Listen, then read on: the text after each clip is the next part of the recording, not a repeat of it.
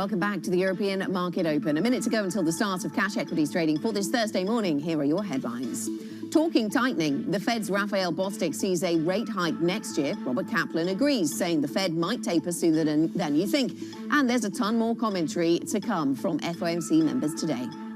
The Hawks' swan song. The Bank of England says goodbye to Andy Haldane at today's meeting as it looks to balance the recovering economy and inflation concerns.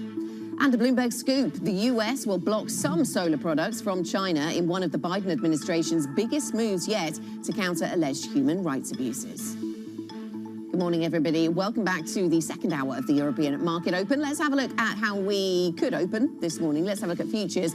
30 futures, a little bit of a laggard today. DAX futures and CAC futures suggesting some movement to the upside. Euro Stoxx 50 futures up by 0.4%. Let's remember, we had heavy selling on European equity markets yesterday, down by more than 1% in some cases. It was pretty broad-based, that sell-off. So have we set the stage for a broad-based recovery in some cases? Today, we saw selling of luxury stocks, industrials, chips, tech. It was pretty broad, as I say.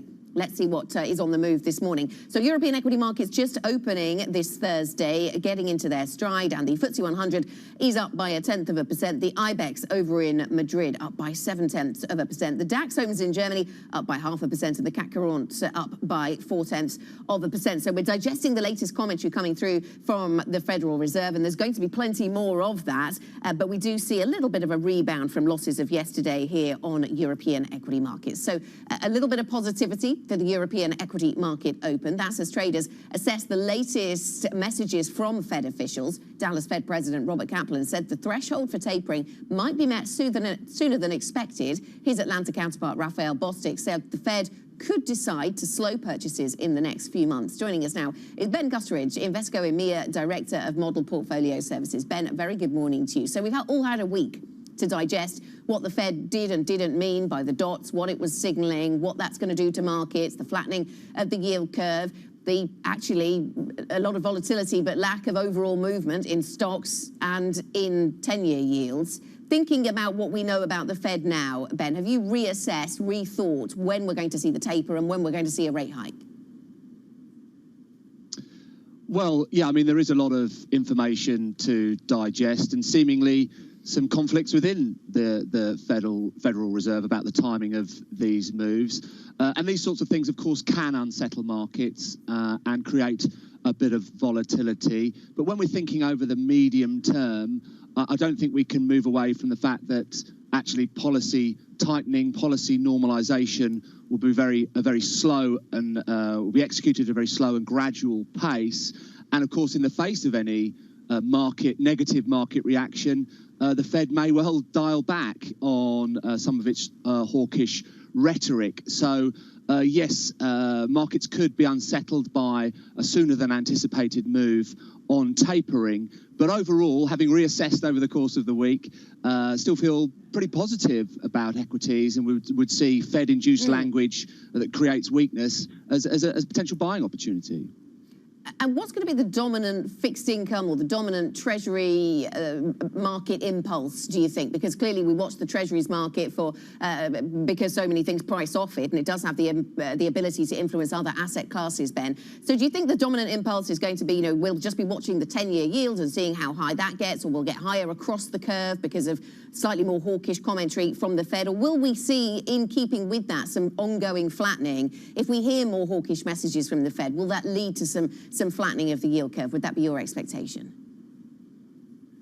Yeah, I think so. I mean, it does depend on individuals here, and it's hard to know exactly what any one person's going to say. But I would have thought hawkish messaging in the short term, which we do seem to be seeing this pivot, don't we, away from extremely generous policy to just generous policy. But that type of pivot is putting pressure on the short end, sending yields higher at the short end. But that flattening's happening because it seems the market's onto the idea that the Federal Reserve's more cautious about an overheating economy, inflation running away, and therefore the longer end stays tied. But I think as the market adjusts to the idea that whilst the Fed is moving away from what is tightening at the margin, it's still going to be very generous policy for an extended period, and they're certainly committed to this average inflation target. So whilst the short that they might see some flattening over the sort of the coming months, shorter end higher, long end pegged, I think in time we'll see that long end move higher as the Fed shows its tolerance for higher inflation, trying to hit that average inflation target over time. Okay, that's interesting. Yeah, the role that new reaction function from the Fed plays will be interesting to watch. Ben, in terms of the sectors that are in focus, we had seen banks under pressure because of that flattening of the curve in some of the recent sessions. Today, we see banks rebounding up by 0.7%. In terms of the various sector exposures that you prefer to go for at this point, Ben, are you going for cyclicals? Are you going for defensives? Are you going for growth sectors? Where's your bias? Well, we feel have a pretty high conviction view about equities. Within equities, there is more of a barbell approach. I think that flattening of the yield curve, the way that long end of the yield curve is pretty anchored at the moment. It's hard to get too excited about the banking sector, but of course we do see the reopening trade in front of us, see what's happening in the States, not just in the data, but anecdotally about the pace of reopening. And that does infuse you towards some cyclical sectors, you know, particularly retail, leisure and travel and such. But as I said, the barbell approach seems more appropriate for us at the moment. So pockets of cyclicality, but really do still like those growth sectors, you know, technology, healthcare, not just because of the way they're disrupting businesses and continue to disrupt consumer and business activity. But of course, we think, as I said, I think we think that that long end of the yield curve is pretty anchored for the time being, and that should support those parts of the market. Ben, thanks very much. Stay with us. Ben Gutteridge, Invesco EMEA Director of Model Portfolio Services. He stays with us on the programme.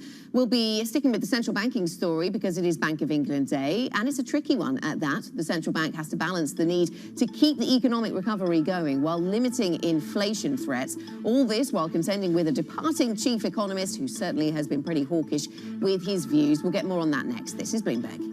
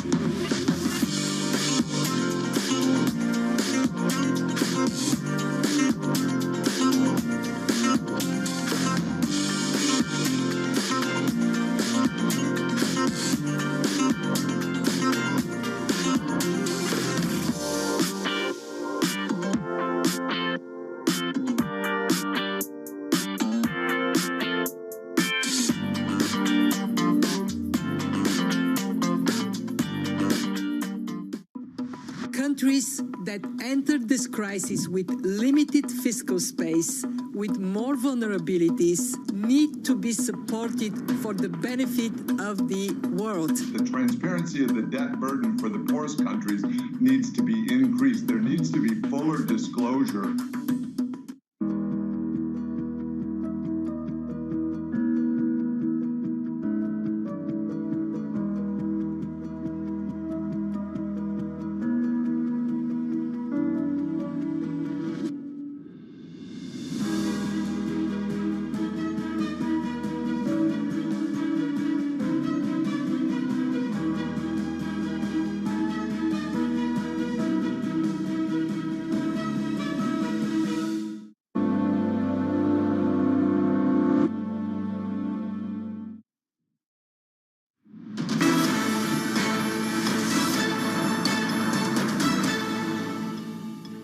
don't have plans to close full offices and tell people to work from home. No. We want people to come into the office. With the vaccination rate as high as it is now, and the measures that people have taken, while clearly COVID-19, it looks like there's going to be another wave, but hopefully that doesn't translate into hospitalizations or more serious illness. That was the Barclays CEO, Jez Staley there, giving the Qatar Economic Forum his thoughts on returning to the office and the current state of COVID-19. Speaking of the state of COVID-19, let's get to some live images coming to us from the Bundestag over in Berlin. Chancellor Merkel speaking there. She is saying that they can be cautiously optimistic in Germany on the pandemic. In fact, in Europe, she says, but the pandemic is not over. Vigilance is still needed. The pandemic can only be beaten through global cooperation. And she goes on to talk about the work that is needed on the global vaccine production. She reiterates that vaccine patent waivers are not the right response, and that's what we've heard previously from Germany and other voices here in Europe. Other breaking news for you across the Bloomberg. We've got lines coming out of China, or in relation to China, Australia. China is taking action against Australia at the WTO. So China is suing Australia over some anti-dumping measures at the WTO. This is seems to be in connection, filing a complaint on Australia's measures on wind tower, a complaint on Australia's measures on railway hub. So a few lines here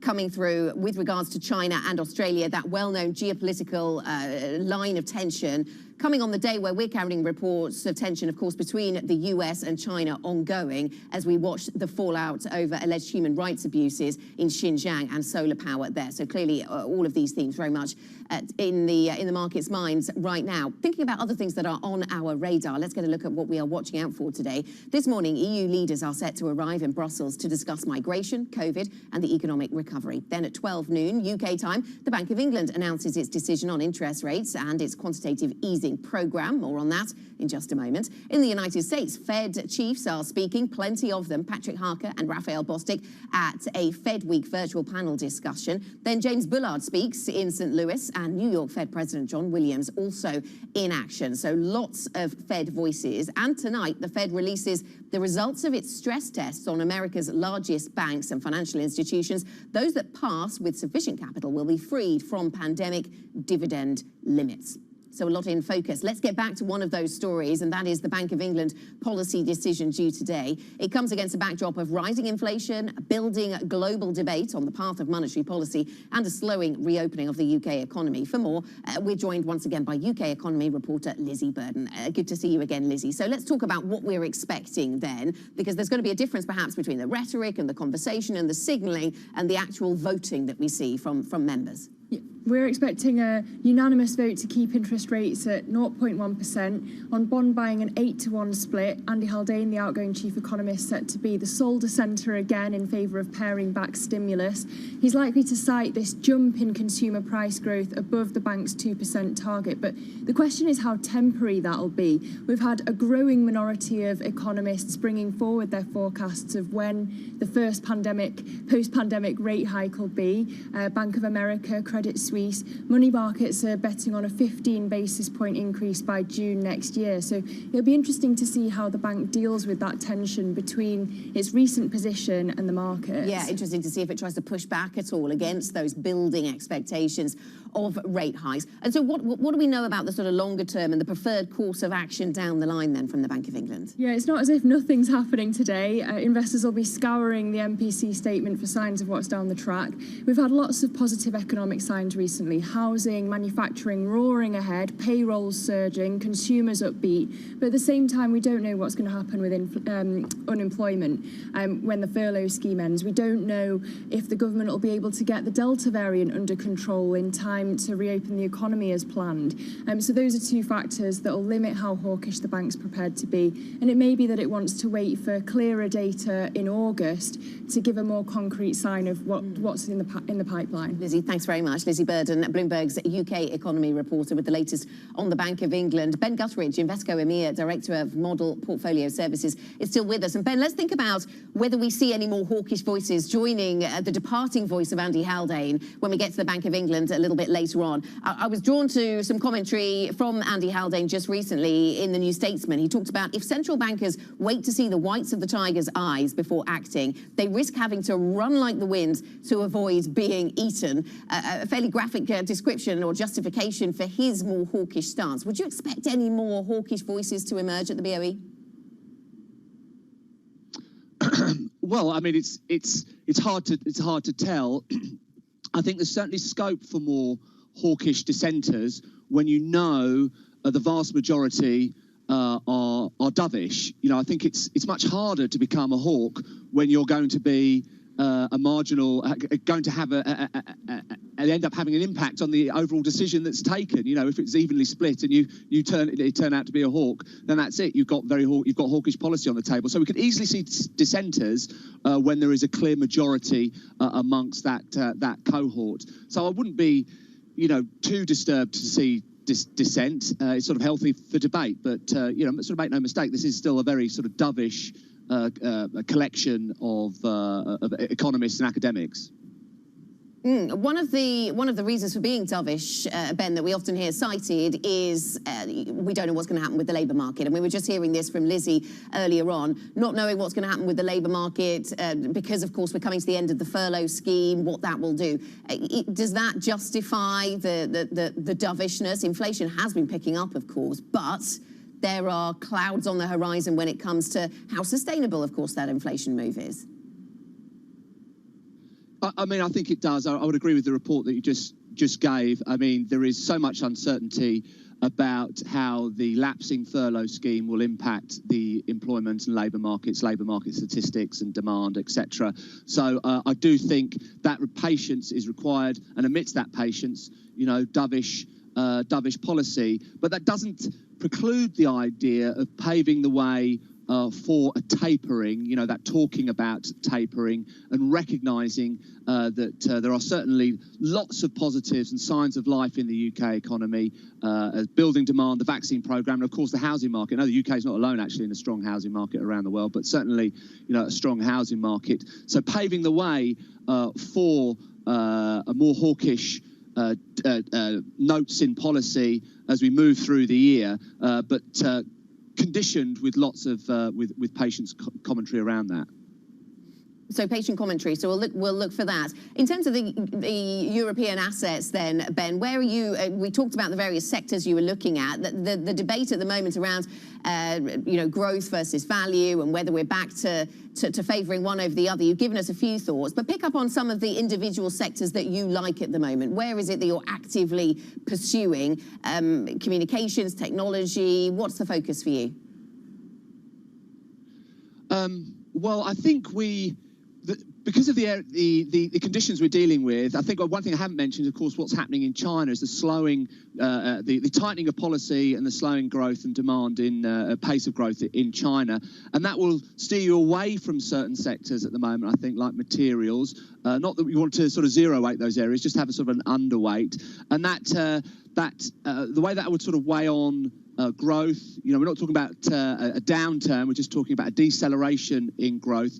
When you have a slowdown like that, that leans you towards more defensive, higher quality areas. So areas such as technology and healthcare, we think can perform in this environment.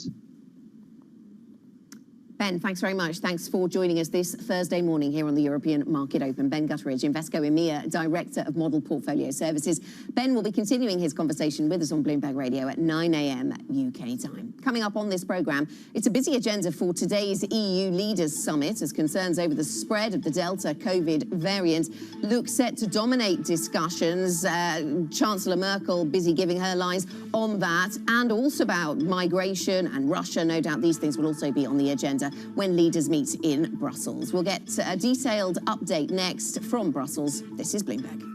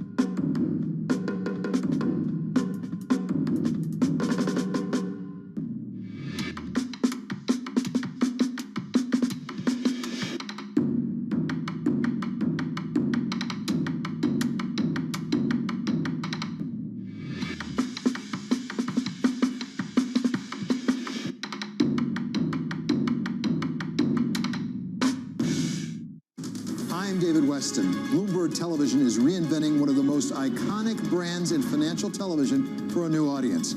Join me to see the news program for the clever investor. This is Bloomberg Wall Street Week.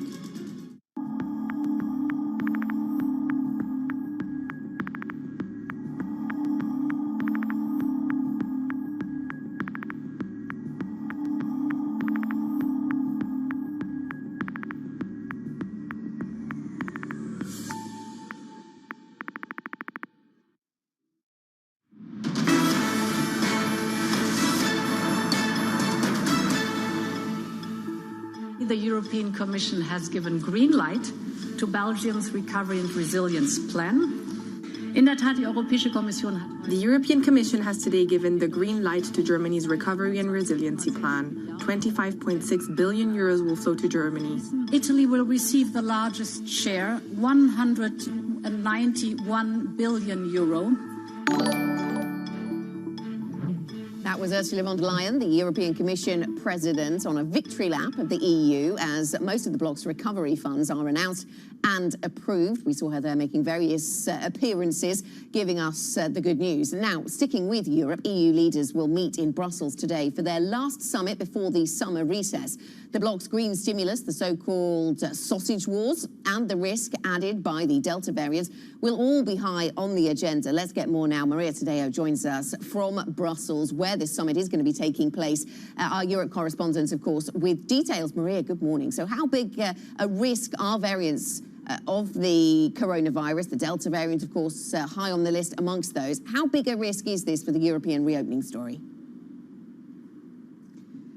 Yes, Anna, good morning. Look, there's a lot happening today in this European summit, but the number one priority is still very much coronavirus and the focus on those variants. And Anna, yesterday there was a report by the European Disease Prevention Center that said this is a variant that is much more transmissible than any other variant, but also warned that by the end of the summer, 90% of all new cases in Europe will be the Delta variant. So for European leaders, it really is about striking a balance between reopening and taking off some of those restrictions. Remember, there's been a real push in Europe to reopen for the summer, to save the summer season and attract tourists into the European Union and contain this new variant. Now, remember, Anna, a lot of this, European leaders have told the population across the EU that this would be the final lockdown, that back in September it was back to normal life. But of course, as we've seen in the United Kingdom, that could be problematic if the variant spreads too quickly.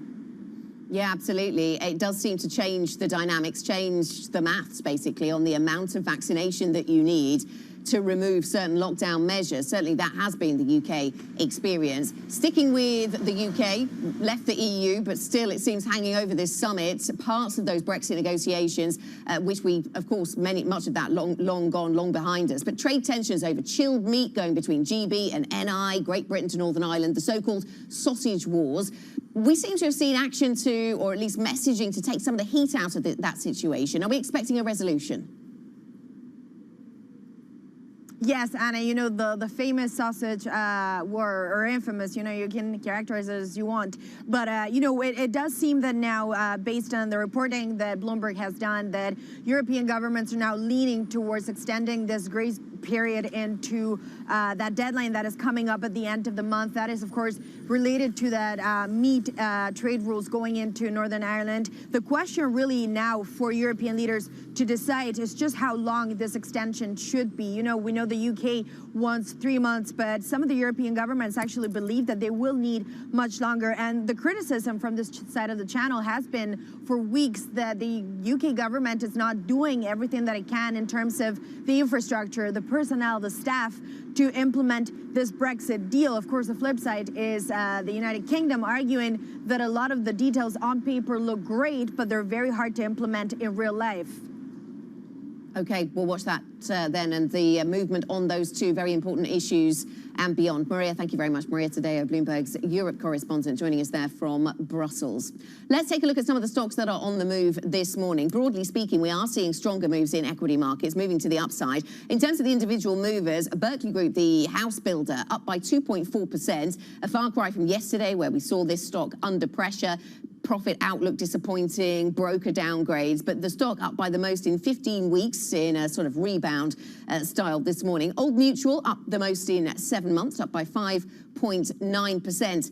in today's session. Trading volumes surging on that particular South Africa financials business. And we also put in here Tecan Group. This is Swiss-based, of course. They've done a deal to buy Paramit, which some brokers are cheering about, and the stock is up by more than 12.5%. A life sciences and diagnostics business, as I say, based in Switzerland, a market cap of around 5.8 billion Swiss francs. So we'll watch that one with interest. That stock clearly making solid moves to the upside. Coming up, we'll get back to the geopolitical tensions between the United States and China. The US is set to ban some solar products made in China's Xinjiang region. We'll bring you all of the details behind the story coming up next. Bloomberg has been closely tracking these particular developments. Interesting to see the US has decided to bar some businesses from being imported and impose difficulties on importing others from China. This does have read across for other manufacturers in other parts of the world, of course, as well. And we've seen some producers of solar technology here in Europe on the rise today as a result of this ban being put in place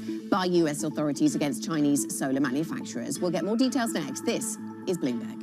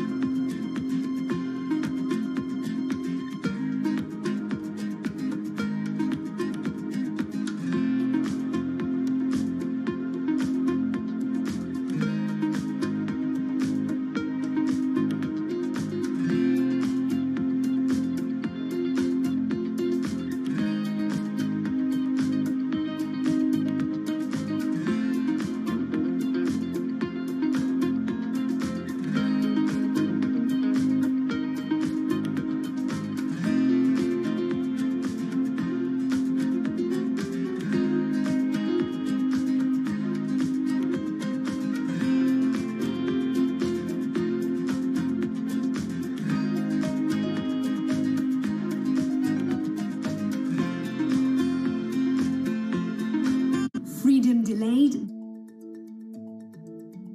4 more weeks. That's the delay expected to be added to the lifting of all lockdown restrictions in the UK. It had been due to happen on June 21st, but UK Prime Minister Boris Johnson to address the nation later today and to push that date into July. It's all down to a surge in the Delta variant, and government ministers thought to want more people to have their second COVID vaccine before they ease all restrictions.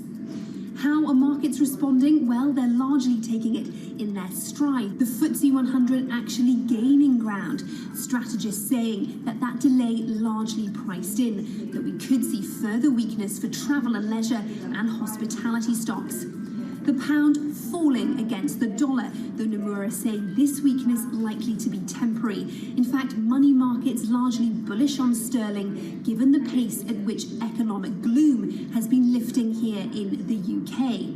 Indeed, last week's GDP figures pointed to an economy that is recovering quickly, and later this week we'll get unemployment, inflation and retail sales data that should all further illuminate the economic recovery.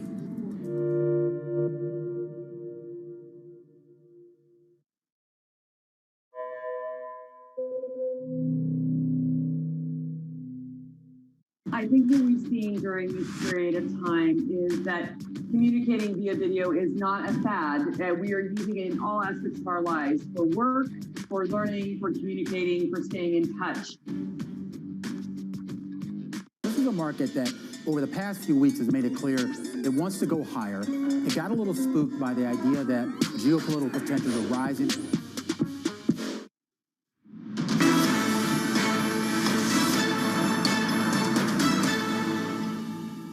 Welcome back to the European Market Open. Half an hour into Thursday's trading session, and European equity markets broadly on the front foot, certainly in Paris and certainly in Germany. We've got European equity markets up by 0.4%. The DAX and the CAC both up by more than 0.3%. The FTSE a bit of a laggard. Let's have a look at the sector breakdown. Gives you a sense of why we are seeing that as the situation. To the upside, consumer products and services and luxury stocks and consumer products seem to be rebounding well today after a heavy selling yesterday. So luxury names like LVMH and L'Oreal moving to the upside. That helps the Paris market. Autos and parts helps the German market. Both of those sectors moving strongly to the upside. To the downside, though, you'll see a couple of sectors that have pretty heavy representation here in London. Certainly in telecoms, Vodafone and BT under pressure, lending some points to the downside when it comes to movement here in London. Let's get a Bloomberg First Word News update. Here's Laura Wright. Laura. Thanks, Anna. Boris Johnson's government is to convene a London summit to help tackle the lagging COVID vaccination rate in the UK's capital.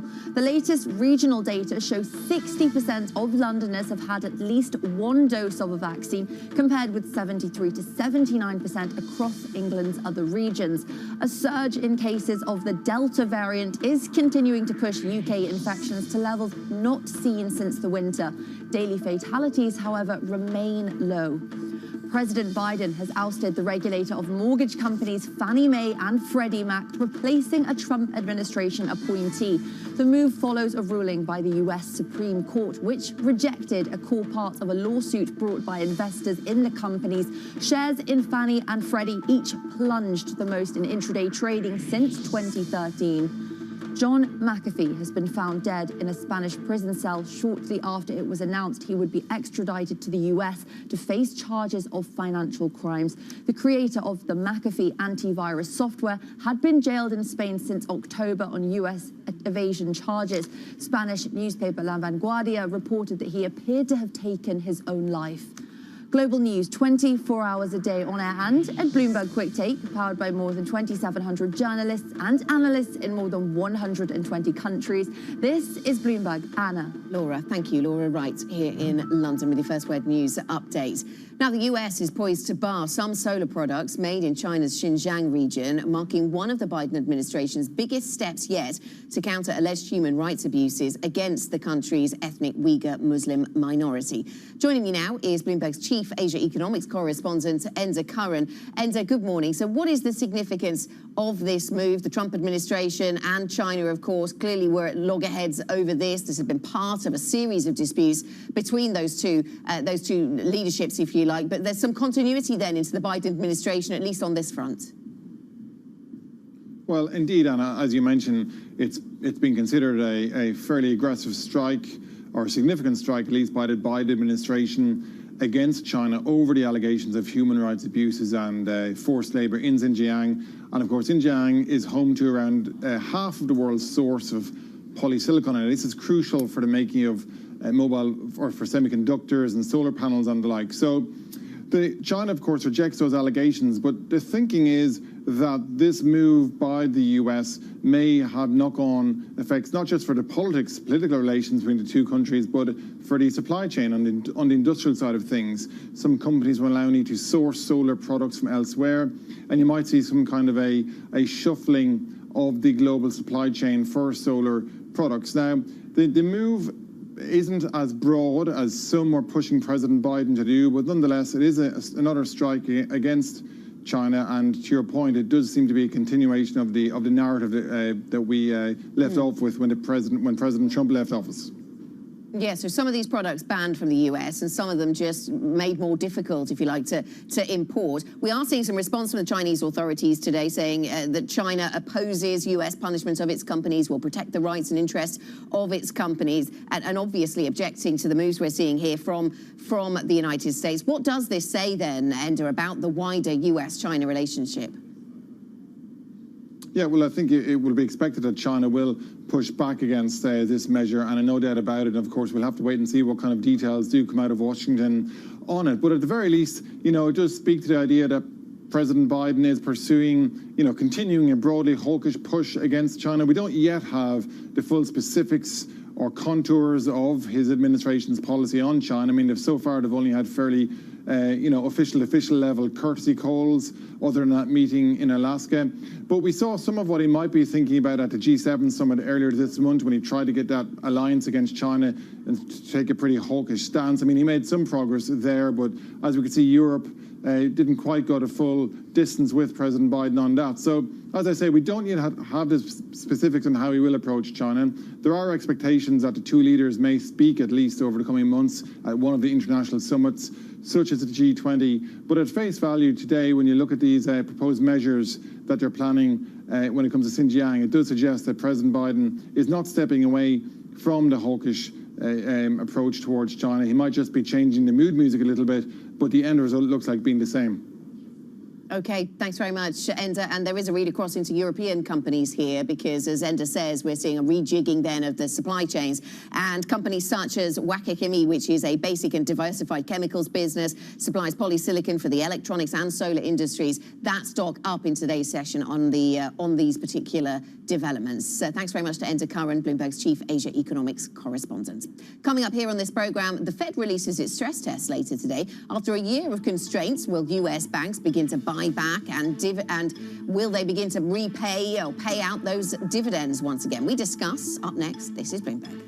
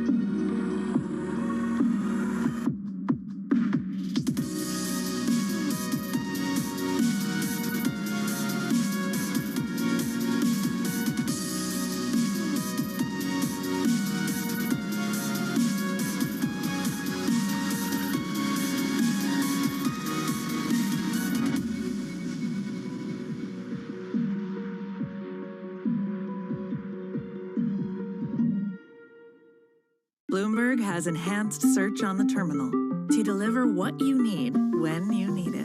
Now, you can simply type phrases in everyday English in the command line. Compare financials. Find people. Analyze markets. You can enter phrases or ask questions. What do you want to know today? Ask a question or visit SearchGo to find answers now. Global markets never sleep, so stay connected with Francine Lacqua in London, Matt Miller in Berlin, and Kaylee Lyons in New York. Perspective on the day ahead. Bloomberg Surveillance, early edition. Weekday mornings on Bloomberg Television.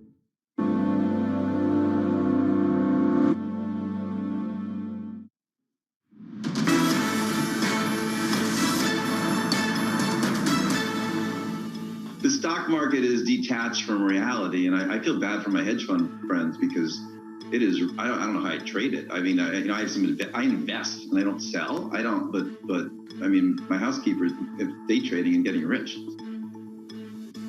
That was the Starwood Capital CEO, Barry Sternlicht, speaking at the Qatar Economic Forum, giving his thoughts on the lack of connection or the disconnect between equity markets and the real world. And these are your equity markets this morning. This is the picture for European equity markets, making some moves to the upside, recovering a little bit of the loss of yesterday, but not all for European equity markets. Now, results from the Federal Reserve's bank stress tests, they will be released after the close today. The annual exercise, which tests how banks fare during various hypothetical shocks, is usually followed by banks saying how much capital they will release in dividends and in buybacks. Joining us now is Bloomberg's finance managing editor for EMEA, Michael Moore. Good morning to you, Michael. So what are we likely to see then in these stress tests? Is everybody going to pass? Will there be a sort of fine bill of health? There is an expectation that most of the big banks will pass, and pretty easily, partly because they've been forced by the Fed over the last year to maintain higher capital levels than they would otherwise have. There was a freeze on buybacks and dividends kept lower. So there certainly is an expectation that the floodgates will open a little bit and allow these banks to start paying out payouts to their shareholders who've been waiting for these for a while. Yes, indeed. So if that is the pivot we often see, or that is the declaration we often see on the other side of these Fed stress tests, is a declaration from these banks about what their intentions are. So what are we expecting this time then, given it's a little different, isn't it? We're coming from a period where payouts were unusually low. Yes, so it was artificially low over the last year, and the banks have made the argument. We went through a real stress test last year with the pandemic, and we passed that. Maintained profitability in most cases. So I think this will be a more typical year, and there were some changes to the process that came into effect last year, but last year was such a strange year that this is the year you'll really see them come to the fore, and they make it less of a guessing game and more of a math exercise. Okay. There used to be the banks would put in what they hoped to pay out, and then the Fed would say yes or no, but then they had a mulligan. If if the Fed said no, they could try again. Now it's more, here's your number, stay above that, and if you want to make payouts above that number, you're welcome to. Okay. James Gorman described it as treating the banks more like grown-ups. Okay, all right, more grown up, a bit more about the maths.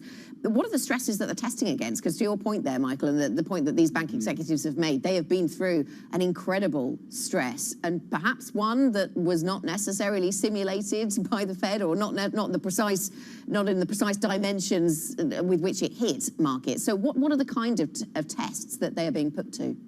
Yeah, so it's a broad-based recession with a market shock.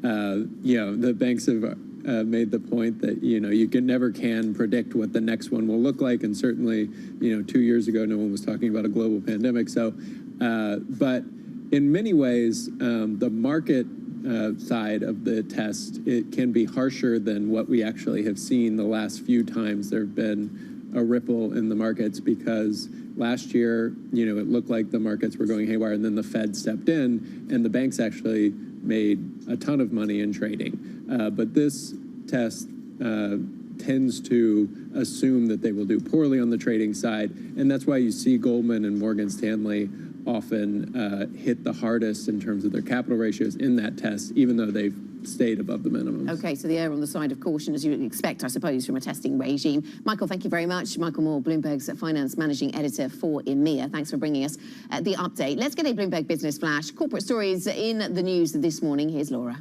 Thanks, Anna. Siemens has raised its financial targets and announced its first share buyback since 2015. The German industrial giant will buy back as much as €3 billion of stock over a 5-year period, starting from next year. That's as the company's new chief executive pivots towards software to boost shareholder returns.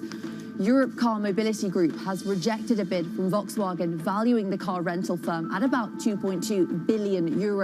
A consortium led by the German car maker offered about 44 euro cents per share for Europe Car earlier this month, as it bets on the future of mobility services. Earlier this year, Europe Car completed a debt restructuring that handed control of the company to creditors. Sources say VW isn't currently planning to raise its offer. Blackstone CEO Steven Schwarzman says the risk of a hike in U.S. capital gains tax has led to explosive growth in potential targets for his alternative investment firm. Speaking at Bloomberg's Qatar Economic Forum, he also described the U.S. economy as really on fire, with everything growing much faster than almost anyone anticipated.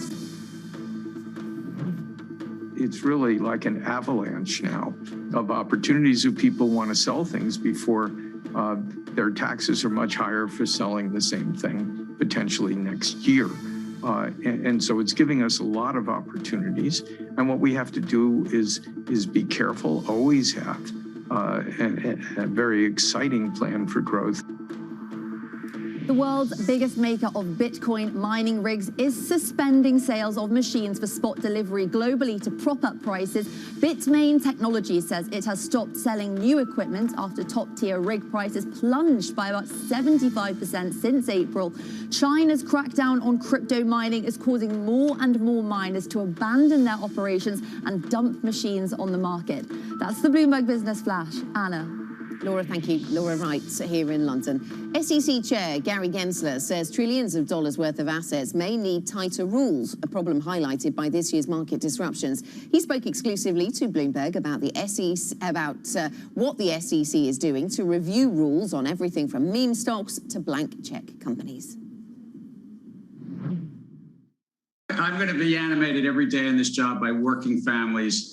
And working families need the protection. And Franklin Roosevelt knew this in the 1930s. We know this now. President Biden knows it. It's about working families, ensuring they get the disclosure so they can make their choices in the markets. And there's a cop on the beat protecting against fraud and manipulation. That helps companies raise money too, by the way, by lowering the fraud manipulation, ensuring that there's consistent disclosure to those investors. I think companies benefit as well. Disclosure is a broad concept, so let's narrow in on that. Where specifically do you think we need more disclosure? Well, I think there's trillions of dollars of assets under management now calling for greater and consistent disclosure around climate risk. And when I've also asked staff to take up disclosures around human capital, the most important, really fundamental asset of a company, the people that work there. Gary, thank you so much for joining John and I this morning. I'm going to go broader here, Gary. I have never seen a primal cry for an SEC commissioner to just do something. You mentioned something I mentioned an hour ago, which is FDR. I'll go to the Commonwealth speech early in the Depression. There is a primal scream, Chairman, to do something. What is the do something you want to do to help us with meme stocks, with SPACs and other things I don't understand? Well, Tom, you're being a little immodest. I'm sure that you understand them a little better than that, and your listeners have listened to you for years. But look, what I think the important thing is investors want to know there's somebody looking after them. Working families, pensioners, people that have 401ks. So you mentioned special purpose acquisition companies, or so-called SPACs. It's really making sure that the sponsor who's behind that is fully disclosing their take on it.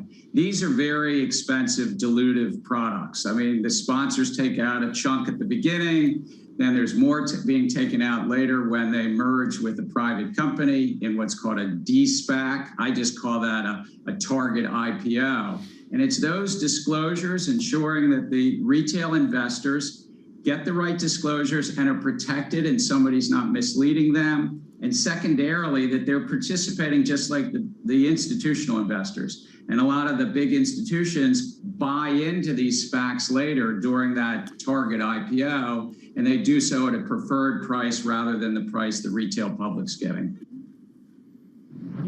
That was the SEC Chair Gary Gensler speaking with my colleagues here at Bloomberg, Jonathan Ferro and Tom Keene.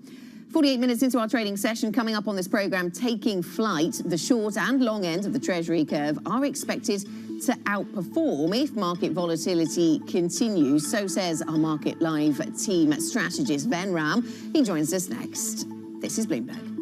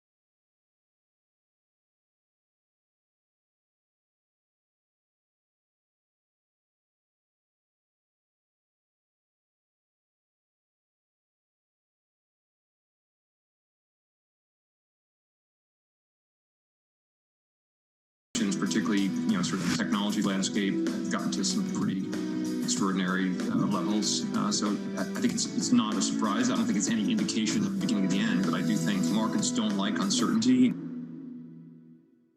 Trading revenues coming in better than expected. Everything cash, $1.4 trillion of cash. One of the most notable aspects of this report that was stellar.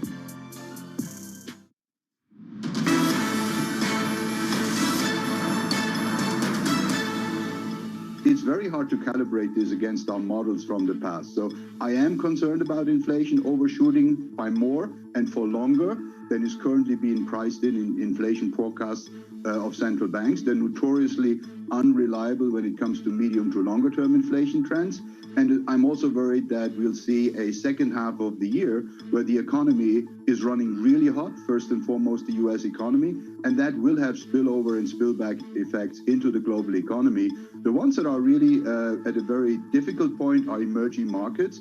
That was the UBS chairman Axel Weber speaking to Bloomberg and speaking at the Qatar Economic Forum on concerns about inflation overshooting and the spillover effects it may have on the economy. European equity markets rebounding from some of their losses from yesterday. In today's session, European stocks up by around 0.5%. The FTSE lags a little bit. Exposure to some of the more defensive telecoms names in particular under pressure in London. Let's just get to some of the geopolitical tensions we've been tracking this morning, certainly between China and the US and between China and Australia.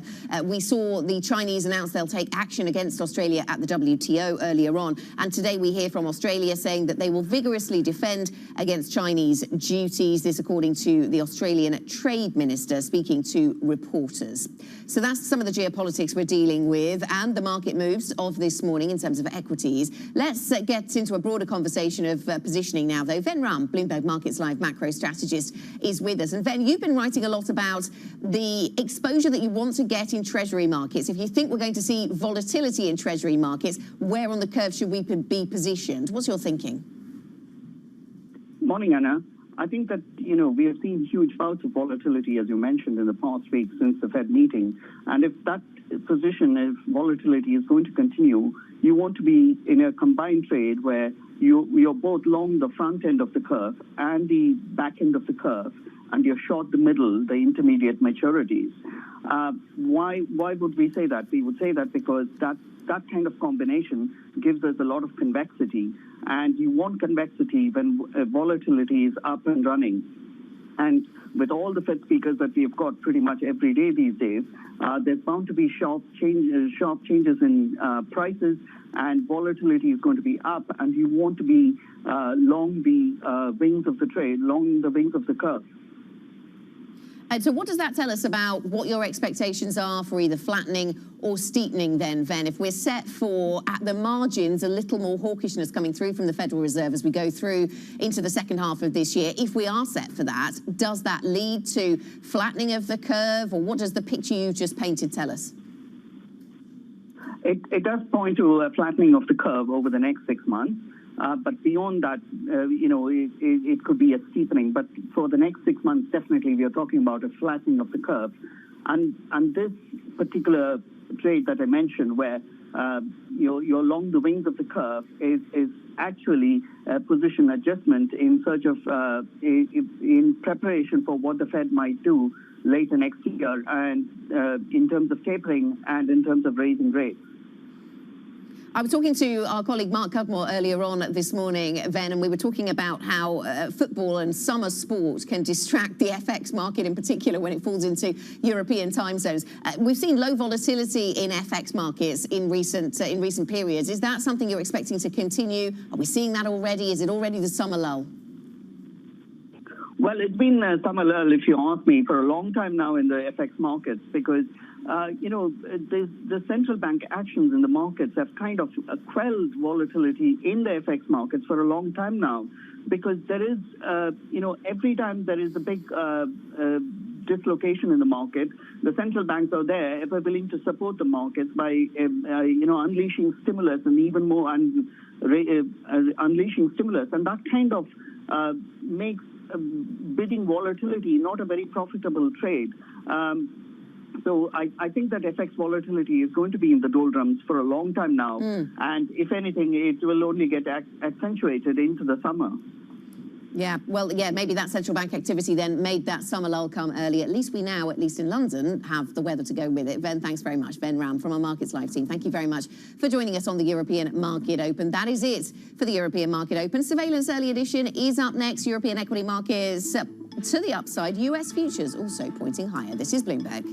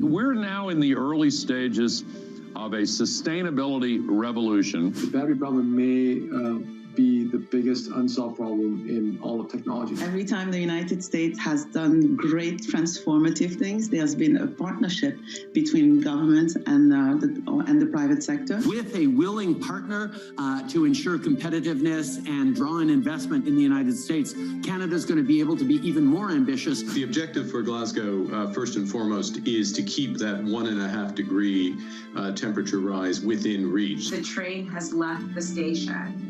Investors care about it. People who work inside of corporate America care about these issues. And certainly we see that with just the broader community. There's not enough tax in the world for private sector to pay for all of this. It's going to have to be a public-private partnership. Access the financial world on demand.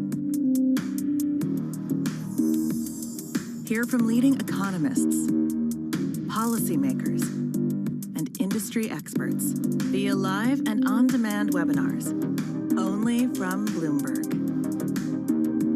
Start exploring to see what's moving the markets. Visit Bloomberg.com/webinars.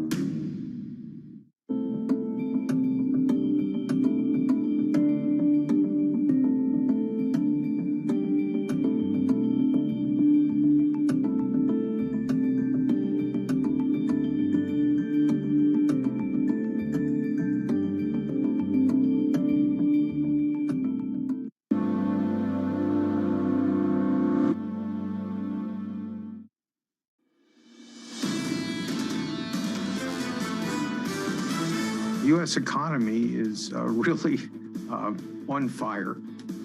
Almost everything is growing much faster than almost anyone anticipated. The conversation about crypto is a minor percent of any dialogue we have with any company worldwide. It's just not terribly important. We don't have plans to close full offices and tell people to work from home. No.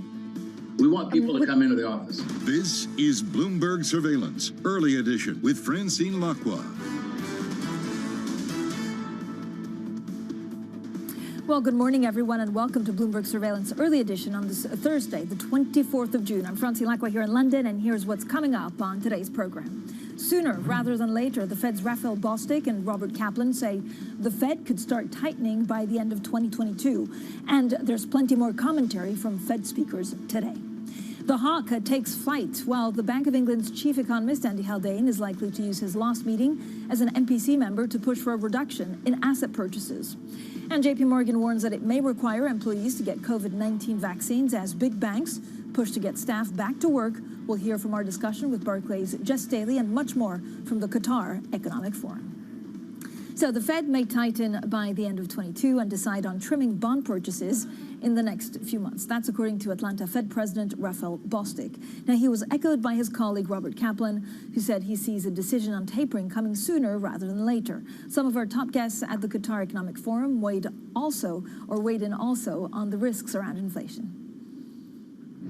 The U.S. economy is really on fire. Developed markets like the U.S. and Europe are further ahead. Worried that we'll see a second half of the year where the economy is running really hot, first and foremost the U.S. economy. I do think that prices are going up, and we do see it in our companies. And that will have spillover and spillback effects into the global economy. But I don't think it's anything to be alarmed about at this point. The chances are higher as opposed to lower that this is ongoing inflation and that the Fed will need to adjust. This is, in our view, a transitory phenomenon. I am concerned about inflation overshooting by more and for longer. I think if you see break-even inflation rates go above 3% or something like that, and you see that spurt, then you have the dilemma of the tightening of the monetary policy. Well, joining us now to talk about inflation is Klaus Baader, Société Générale Global Chief Economist. Klaus, I have many questions for you. First of all, it doesn't seem that the market is, repricing what we heard from Fed officials yesterday, which is actually we could have an interest rate increase early as next year. I mean, that's pretty soon and pretty unexpected. Yes, it is.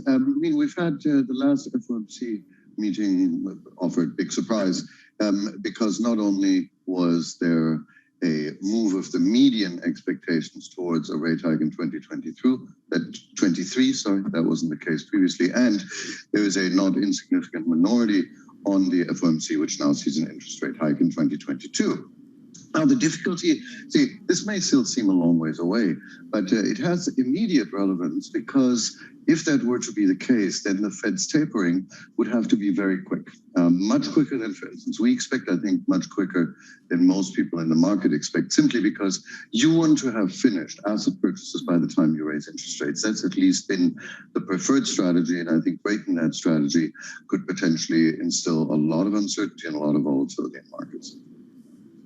All right, Klaus, keep that thought because we're also going to talk about Bank of England. Klaus Baader of Société Générale stays with us. Let's also bring in Lizzie Burden about what we're expecting from the Bank of England, set to announce its policy decision today against the backdrop of rising inflation, a growing global debate on the path for monetary policy, and a slowing reopening of the UK economy. Lizzie, there's actually so much going on for the Bank of England, and they really need to try and, I guess, walk the path of not freaking out the markets, while at the same time, making sure that they kind of, juggle everything in terms of growth and inflation. Exactly. Well, so we're expecting a unanimous decision to keep interest rates at 0.1%, but an 8-to-1 split on bond buying with Andy Haldane, the chief economist, again, the sole dissenter, the lone hawk in his swan song, to pare back stimulus. He's likely to cite this rise in inflation above the bank's 2% target, but the question is how temporary that'll be.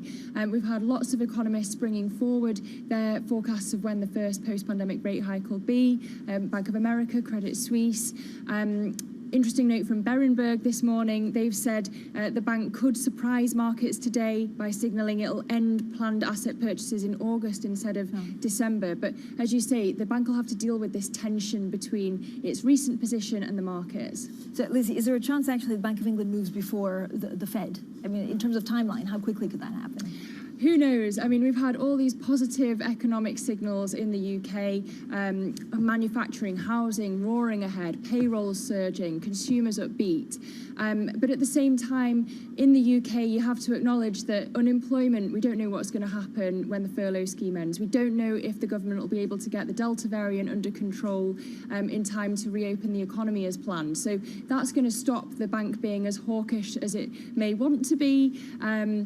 In the future, it may want to wait until August for clearer data to be clearer about what it's going to do. Lizzie, thank you so much. Our Bloomberg UK economy reporter there, Lizzie Burden. So let's get back to Klaus. And Klaus, I don't know whether it's a race, right, between who moves first, but it feels like, I don't know, the first that moves may have a first mover advantage.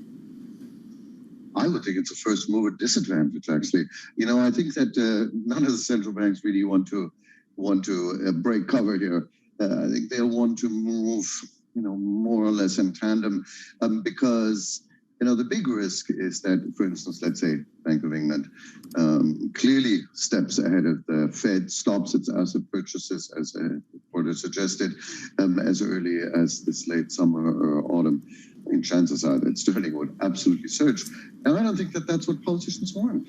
I think while what was said is absolutely true, I think what we also need to keep in mind is that the UK economy was probably the worst hit economy out of the advanced economies, and it's still the one that is furthest behind the starting position before the crisis. So the UK economy has a long ways to recover.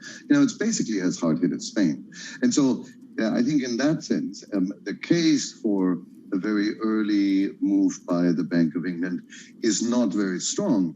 But, let's not forget, the Bank of England has already tapered, and they have managed to do so in a very undramatic way. And so I think actually they've been quite successful. Klaus, what are we misunderstanding actually about how some of these central banks operate, or how the markets misinterpret or interpret some of their communication strategies? Well, I wouldn't necessarily say that the market is inept here. The fact is that, central banks have, and all of the main central banks, I wrote this up in quite some detail in our latest quarterly outlook. If you look at the evolution of central banks' macroeconomic forecasts, whether that's for GDP, whether it's for unemployment, whether it's for inflation, they have all improved quite dramatically since, let's say, call it the darkest hour, roughly a year ago.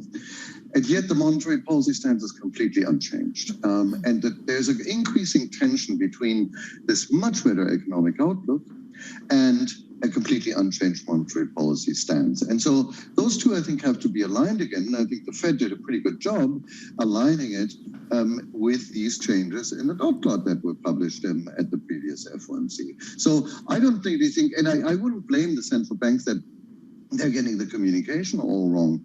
They're just dealing with a very fast-moving economic outlook. And because the deltas, the changes have been so enormous, the shifts are also enormous in the outlook, much bigger than they have been historically. Yeah, Klaus, what are you expecting for treasuries? Well, we expect a continued gradual increase in long-term interest rates, and that's very much a global view. We think it won't be by year end. We're actually going to have positive bond yields. Would you believe it? Bund yields. I'm sorry, positive bund yields. That'll be something. We haven't had that for a while, but I think interest rate, the bond markets are going to normalize, and it's going to make a difference that central banks aren't major buyers of those assets any longer. Yeah, Klaus, calls for celebration for the banks for positive yields. Klaus Badhurder of Société Générale joining us this morning. Now, coming up, an avalanche of opportunities. Of Blackstone chief executive Stephen Schwarzman says the risk of U.S. capital gains tax increases could actually lead to an explosive growth in potential targets. More from our conversation with him at Bloomberg's Qatar Economic Forum. Up next, this is Bloomberg.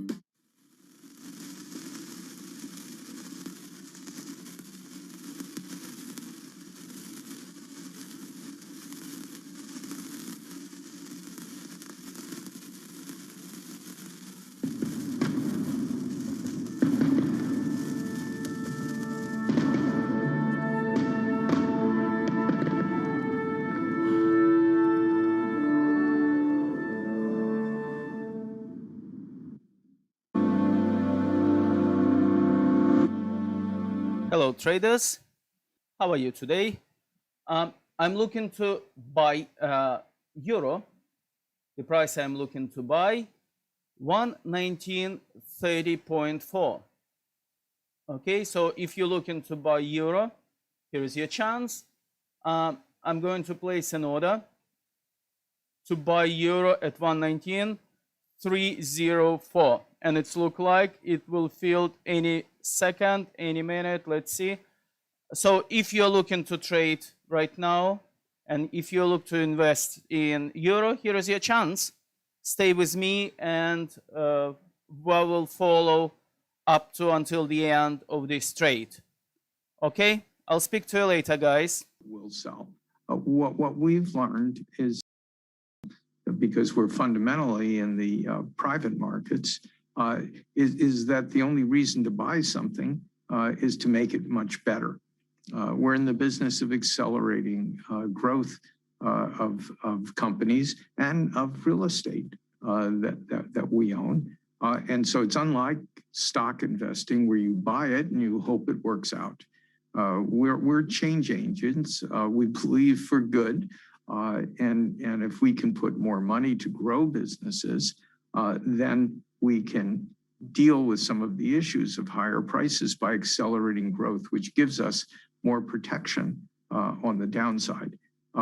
With the prospect of the United States potentially increasing capital gains taxes very significantly, it's really like an avalanche now of opportunities of people want to sell things before their taxes are much higher for selling the same thing potentially next year.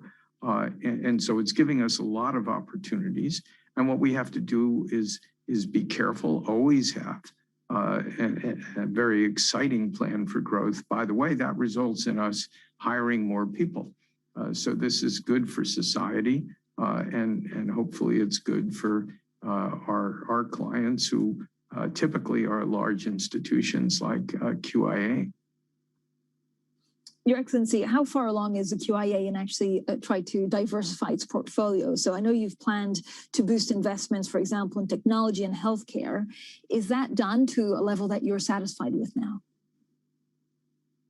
Not yet. I think we have been deploying and focusing in technology and healthcare. Within the last 2 years, we have deployed in technologies more than ever before. I think the sectors is promising, especially if you really targeted a certain segment within technologies. And I think it's the sectors have grown to stay. I don't think so. There is a risk, perhaps in the short term, with the inflation in mind. Even though I'm not really concerned about it, I think it would be a temporary basis. But as you know, it's the era of technologies, and a portfolio without a huge component of technology is not really a balanced portfolio. Well, that was the Qatar Investment Authority's Chief Executive Officer speaking at the Qatar Economic Forum with Stephen Schwartzman. Now, as you could hear, the Blackstone Chief Executive sees an avalanche of opportunities coming from an increase in U.S. capital gains tax. He says the investors want to sell things before their taxes are much higher for selling the same thing potentially next year. So let's discuss taxes and investments with our guest this morning. He's Klaus Bader of Societe Generale. Klaus, when you look at some of the growth models, some of the inflation models, given what we're seeing with COVID-19, how much does the tax regime actually change, I guess, the trajectory of growth or just some of the companies? I don't think dramatically. I don't really think that is the key thing. There is, of course, a very legitimate question, which is, we're right now, we have absolutely massive public sector deficits. And how are we going to get away from those public sector deficits? How are we going to get back to a sustainable path of public finances? And is it going to require significant tax increases? I think it may well not. And the reason is that the deficits are as large as they are currently because governments have dramatically increased the sensitivity of the public sector deficit to GDP. And so as GDP recovers, and it is recovering much faster than anybody has expected. That the public sector finances are also going to improve more than the long-run relationships between GDP and the public sector deficit would suggest. And so I'm not massively worried about this. Now, don't get me wrong. In the US, there is very much a discussion about making the tax system more equitable. And that is something that I certainly wholeheartedly agree with. The fact that a lot of the biggest US companies don't pay any taxes, well, that's outrageous, isn't it? And so the US tax system really needs an overhaul, and a big one, and Joe Biden's on the job. And so I think that's good. But no, I don't think that that's really the key issue. For me, the key issue for the nearer term economic outlook is all around households. Households and the behavior of consumers is front, back, and center of this recovery because they are chock-a-block with savings. Chock-a-block. But Klaus, how do you see it?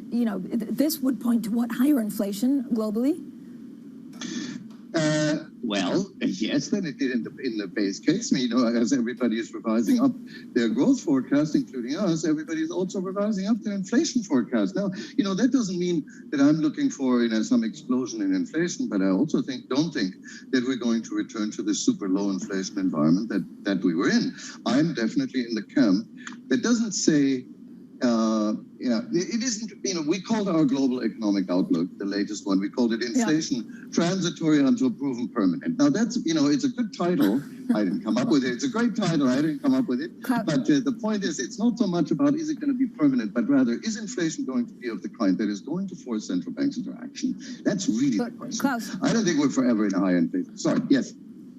No, but it's very difficult for inflation. I know it depends on what you measure, but I was sent a photo, for example, of a croissant, a coffee yesterday for £6. I know I live in an expensive city, but actually if people need to put up their prices to make up for, COVID-19, for the pandemic or whatever, they then don't lower them after a while, right? Correct. No, but you see, yes.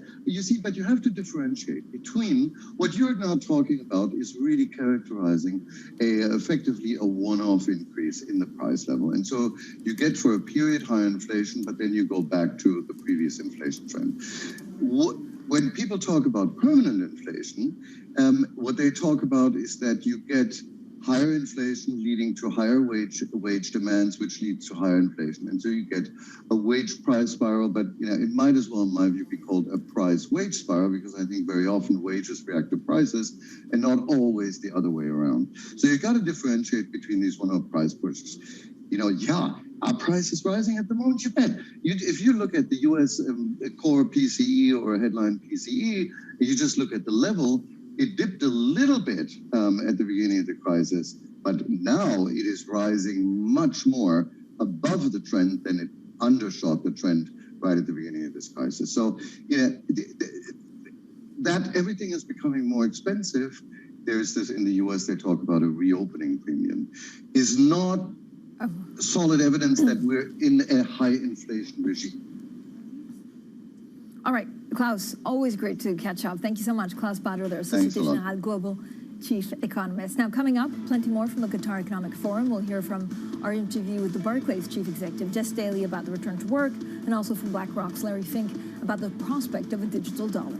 This is Bloomberg.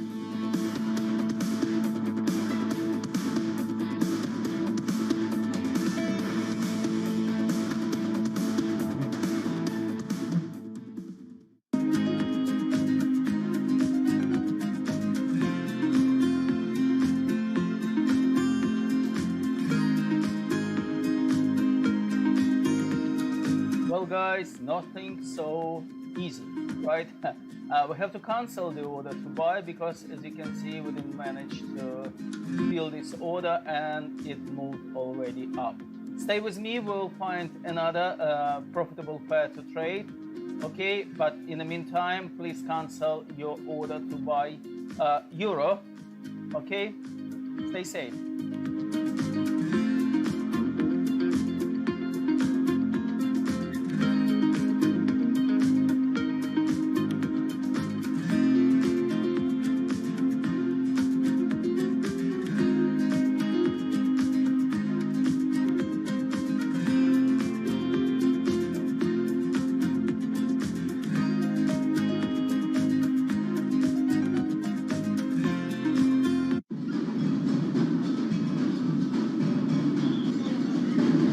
G7 today need to wake up and listen to the science. There isn't room for discussion on this. Scientific inevitability, and they need to act. They don't need to talk anymore. They need to just act. Climate change has been on the agenda of the G7 since maybe 2003. So we need to see action, not just talk. And we've only got 9 years left to halve carbon emissions if we're going to stop dangerous climate change happening. United, we'll never be defeated. The world is possible.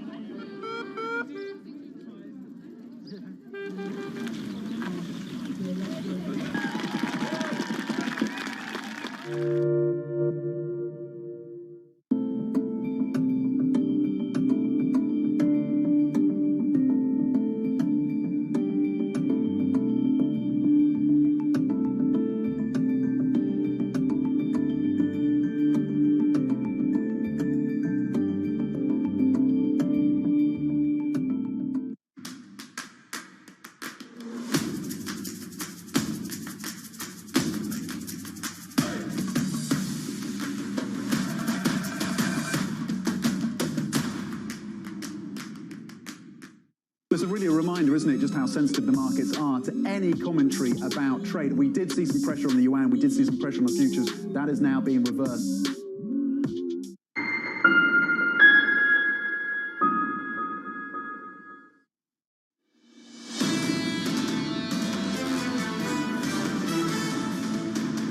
Economics, finance, politics. This is Bloomberg Surveillance, early edition. I'm Francine Lacqua here in London. Let's get straight to the Bloomberg. First word news. Here's Leanne Gerrans. Hi, Leanne. Hi, Francine. China is suing Australia, the World Trade Organization, over anti-dumping measures on some Chinese goods, further ratcheting up tensions between the two nations. The measures target Chinese products, including wind towers and stainless steel sinks. Earlier this week, Australia said it would appeal duties imposed by China on its wine exports. Now, women are more likely to develop persistent symptoms after a coronavirus infection, according to a study of 500,000 adults by Imperial College London.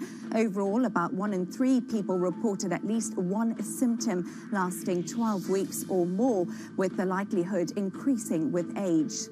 Now, sources say the US is set to ban some solar products made in China's Xinjiang region over suspected human rights abuses. The move, which is expected later today, would mark the Biden administration's biggest action yet against Beijing's alleged crackdown on the Uyghur Muslim minority. Xinjiang produces roughly half of the world's polysilicon, a key material for solar panels and semiconductors. Global news 24 hours a day, on air and on Bloomberg Quick Take, powered by more than 2,700 journalists and analysts in more than 120 countries. I'm Leanne Gerrans. This is Bloomberg. Francine. Leanne, thanks so much. Now, coming up, Londoners are snapping up luxury homes as lockdown measures keep wealthy foreign buyers away.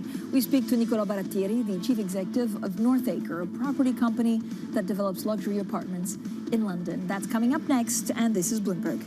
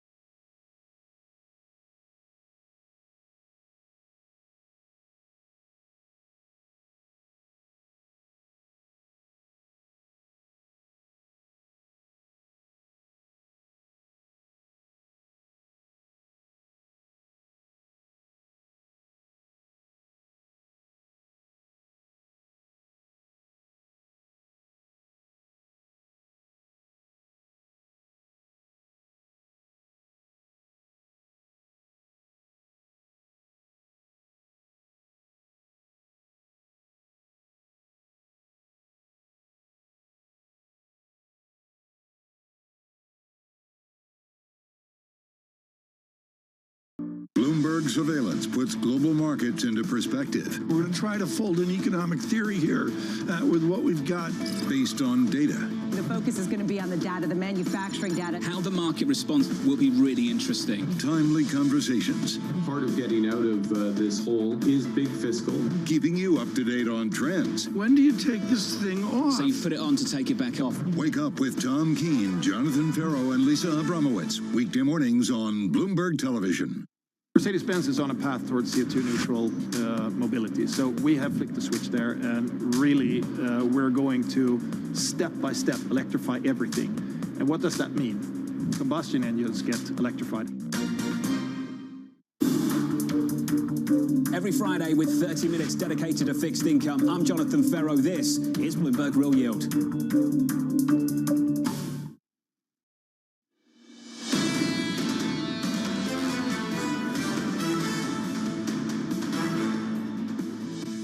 Sooner rather than later, the Fed's Raphael Bostic and Robert Kaplan say the Fed could start tightening by the end of 22, and there's plenty more commentary from Fed speakers today.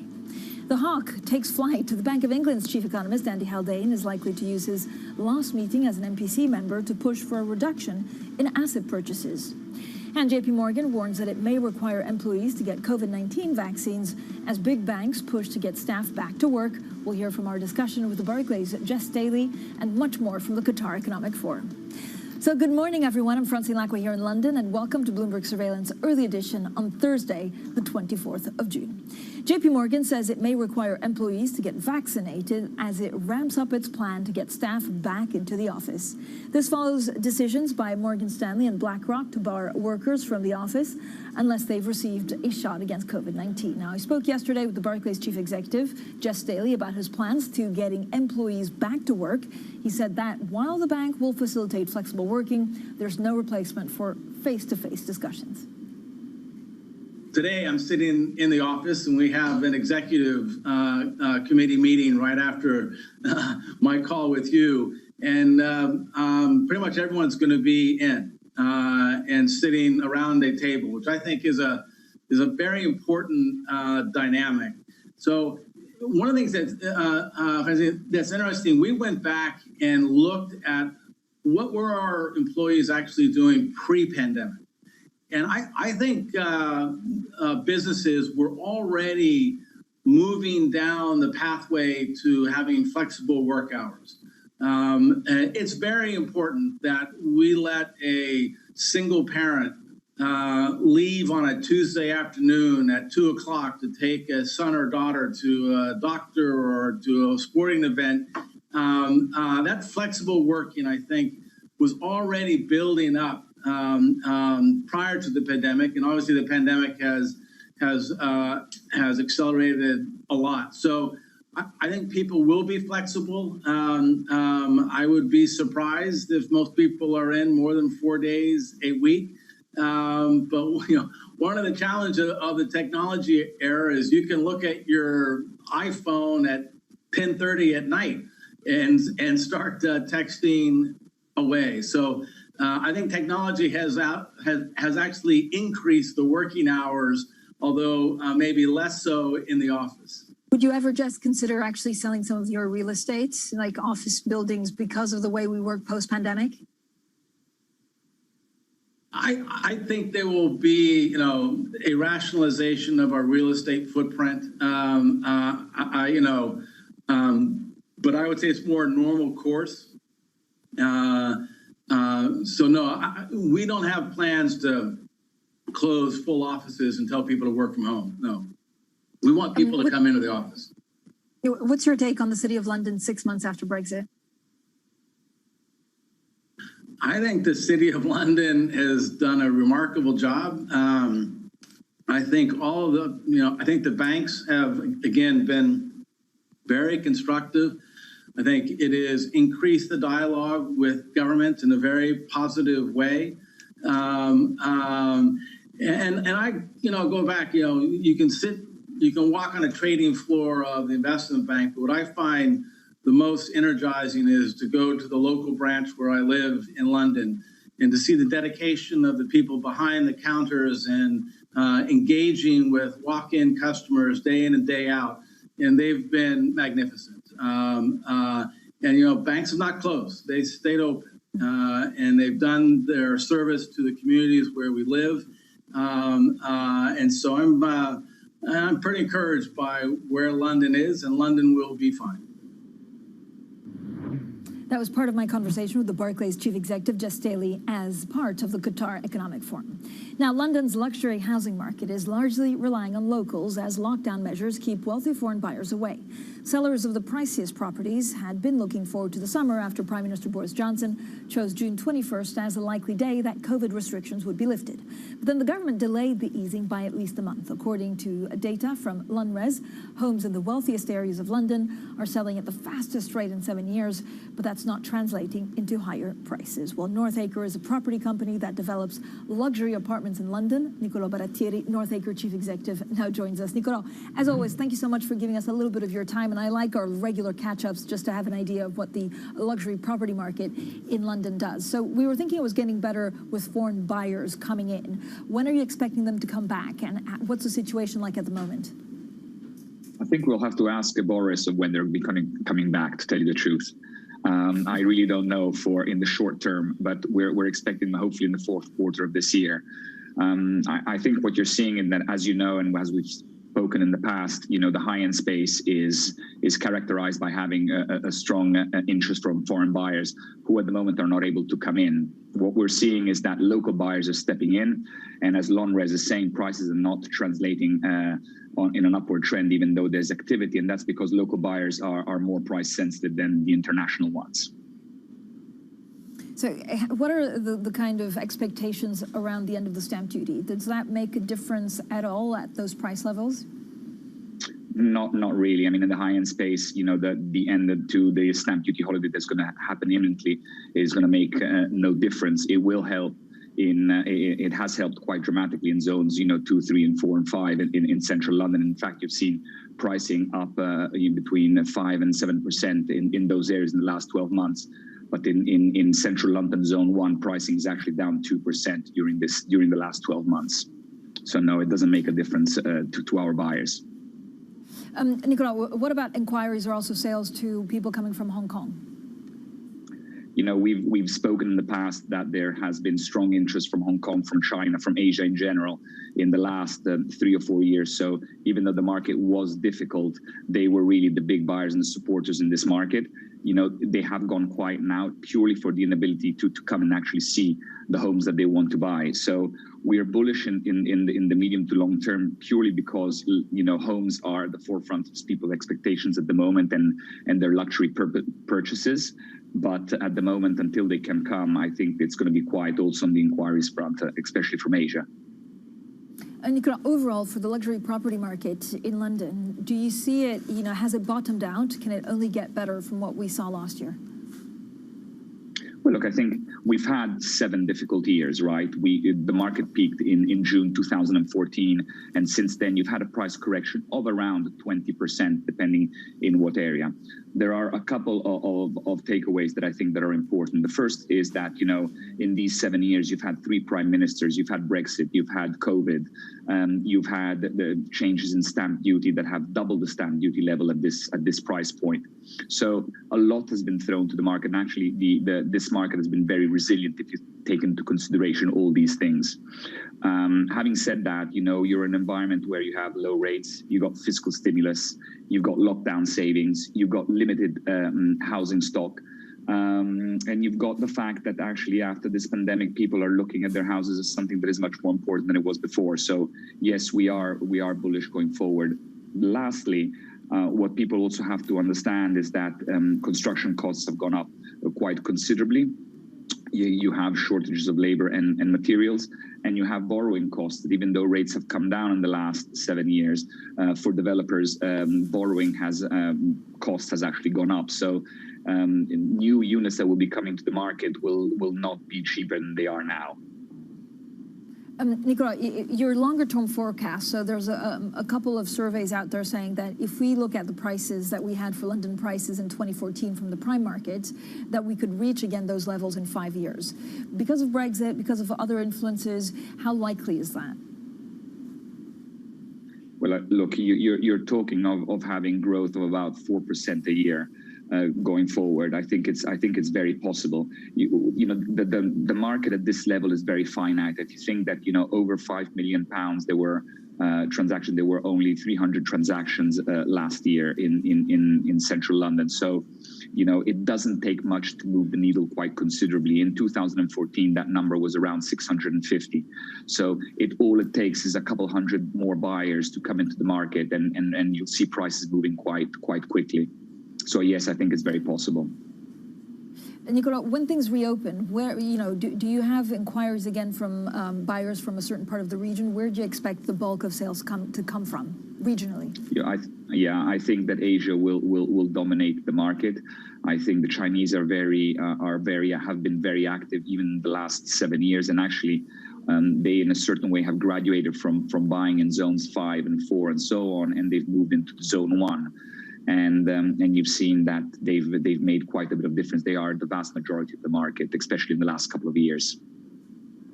Nicola, as always, thank you so much for joining us. Nicola Barattieri there, the Northacre Chief Executive Officer. Now, coming up, the U.S. is set to ban some solar products made in the Xinjiang region. It marks the nation's biggest step to counter alleged human rights abuses in China. We'll have the full story shortly. This is Bloomberg.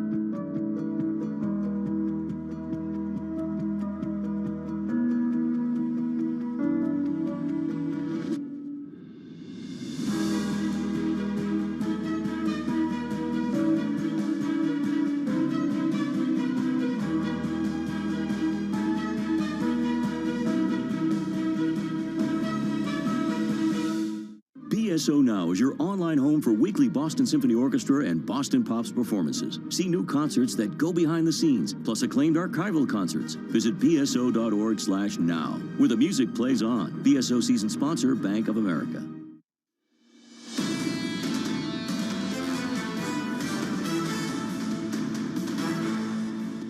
Economics, finance, politics. This is Bloomberg Surveillance Early Edition. I'm Francine Lacqua here in London. Now let's get straight to the Bloomberg Business Flash. Here's Leanne Gerrans. Hi, Leanne. Hi, Francine. Siemens has raised its financial targets and announced its first share buyback since 2015. The German industrial giant will buy back as much as 3 billion euros of stock over a 5-year period starting from next year. That is as the company's new chief executive pivots towards software to boost shareholder returns. Now, sources say Bullish, a cryptocurrency exchange backed by a group of billionaires, including Peter Thiel, is in SPAC merger talks with a Farpeak acquisition. The deal could value Bullish at nearly $12 billion, with an agreement possible in just the next few weeks. The final valuation could change depending on the price of Bitcoin. The world's biggest maker of Bitcoin's mining rigs is suspending sales of machines for spot delivery globally to prop up prices. Bitmain Technologies says it has stopped selling new equipment after top-tier rig prices plunged by about 75% since April. China's crackdown on crypto mining is causing more and more miners to abandon their operations and dump machines on the market. And that's your Bloomberg Business Flash. Francine. Leanne, thank you so much. Now, the U.S. is poised to bar some solar products made in China's Xinjiang region after allegations of forced labor.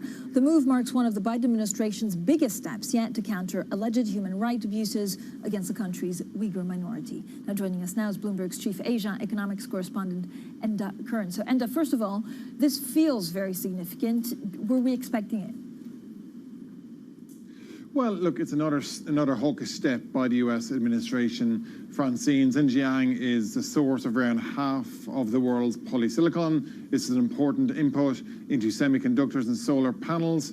So the thinking is that this move is bound to have a spillover effect, not just in the terms of China-U.S. political relations, but also in the industrial side of things. So there might be some reshuffling of supply chains as companies look to source their solar products from elsewhere. Now, we've already had a rebuttal from the Chinese Foreign Ministry this afternoon in Beijing. They pushed back against this measure. They condemned it. And of course, we know that China consistently considers Xinjiang to be its own internal red lines, and it criticizes other countries for interfering. But as you said at the start, it is a push by the U.S. against China on the allegations of human rights abuses and forced labor in Xinjiang. And it does kind of continue the narrative that we left off with the Trump administration and the kind of hawkish moves that we were seeing during that presidency too.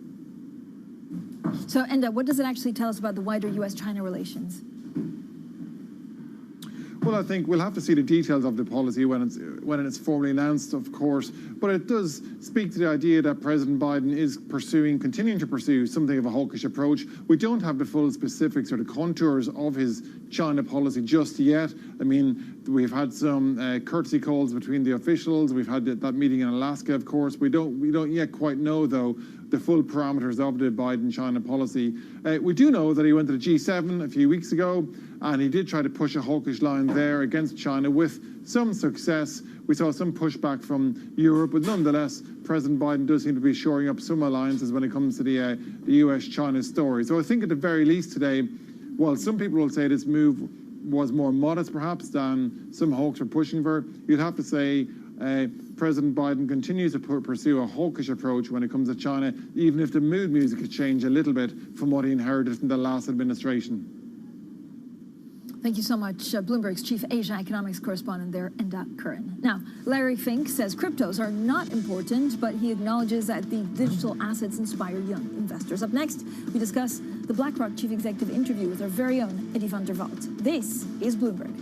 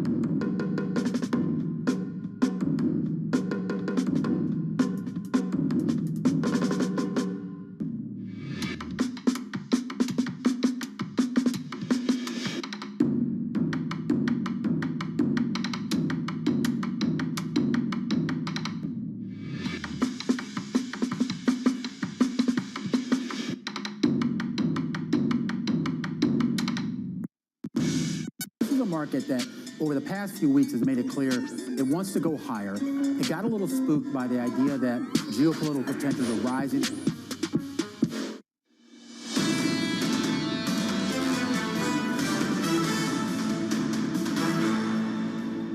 Economics, finance, politics. This is Bloomberg Surveillance Early Edition. I'm Francine Lacqua here in London. Now let's talk Bitcoin. And though the cryptocurrency has been touted as a possible inflation hedge, institutional investors are increasingly turning away from it. Among them, BlackRock Chairman and Chief Executive Larry Fink, who spoke with us at the Qatar Economic Forum, powered by Bloomberg.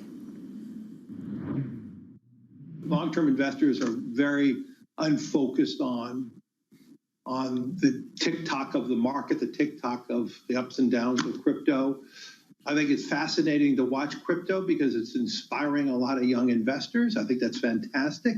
I think if that inspiration leads to long-term investing, that is a great outcome.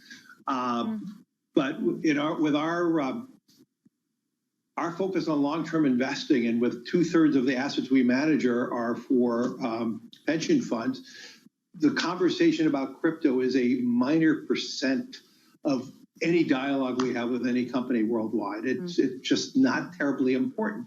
Could crypto become a really important asset class one day? Sure. But right now, the bid-ask spread, the volatility, it has not led to widespread conversations worldwide.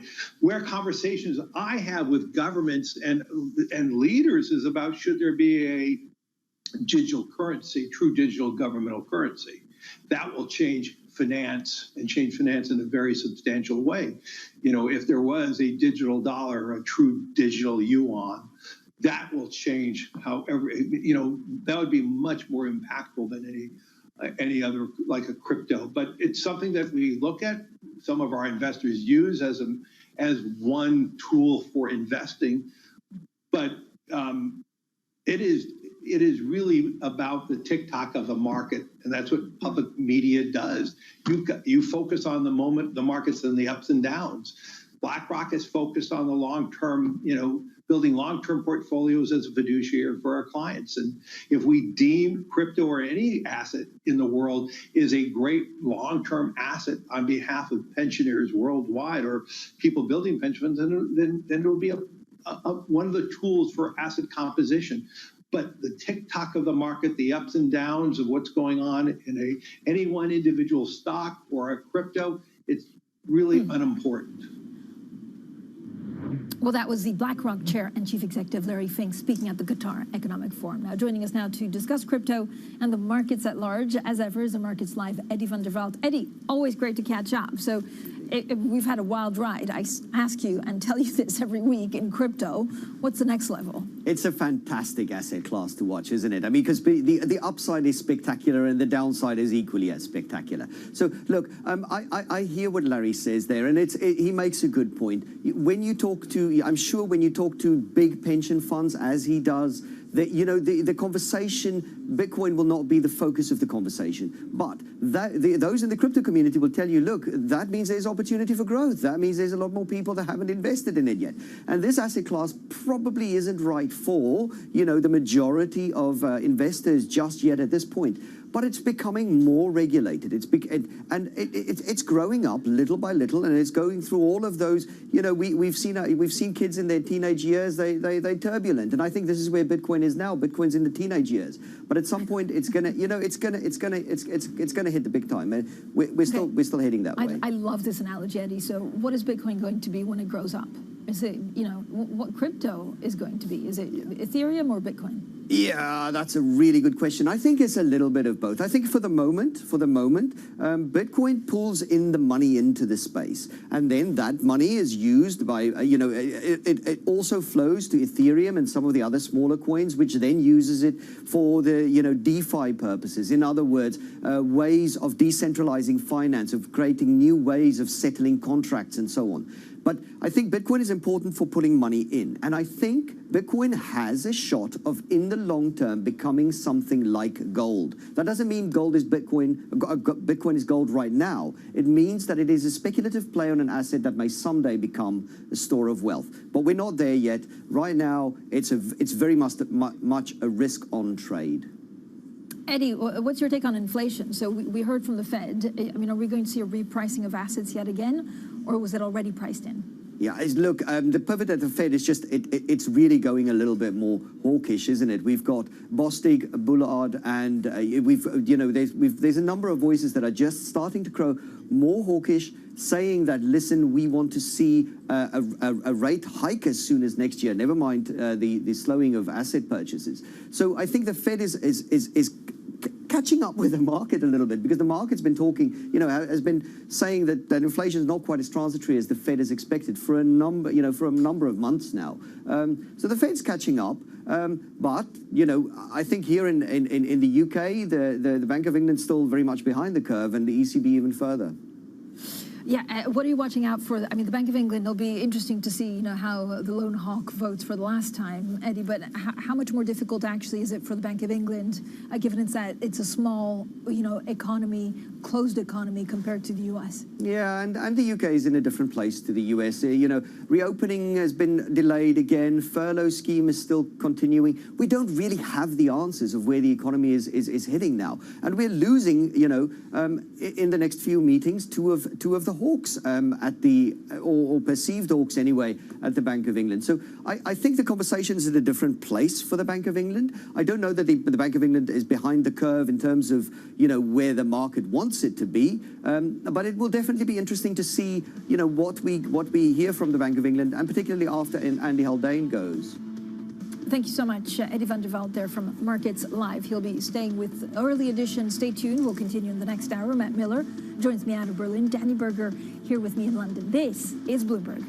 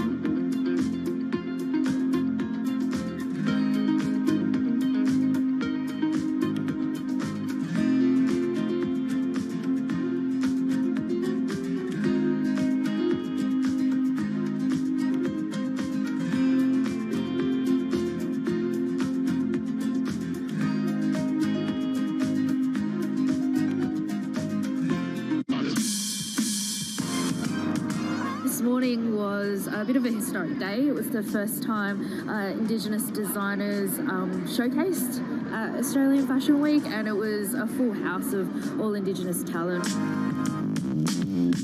It made me so proud. Absolutely beautifully done. I mean, the designers, the pieces on there. I think just about every model or every second model was like, oh, I want that, I want that. So each of my pieces, we have our signature prints, which are each tell a story and is definitely a contemporary way of experiencing Aboriginal culture. And then each of my pieces are named after, inspiring Aboriginal and Torres Strait Islander women. So when the customer buys something, they're learning about the story, they're learning about women. I would hope that it isn't tokenistic, and I would hope that it's not done to tick a box. And so, those things you have to be mindful about that. But I think it's incredible what's been achieved so far, but there's always room for growth. I think the elevation of Aboriginal and Torres Strait Islander people in these spaces, it's long overdue, and it's a really powerful and incredible time, I think, and to be a part of that is really special. Right now, about half of U.S. households invest. We'd like to get that number up to 95+%. Investing should be as ubiquitous as shopping online. It should just be something that people do. Bloomberg has enhanced search on the terminal to deliver what you need when you need it. Now, You can simply type phrases in everyday English in the command line. Compare financials. Find people. Analyze markets. You can enter phrases or ask questions. What do you want to know today? Ask a question or visit SearchGo to find answers now. Trading revenues coming in better than expected. Everything cash, $1.4 trillion of cash. One of the most notable aspects of this report that was stellar.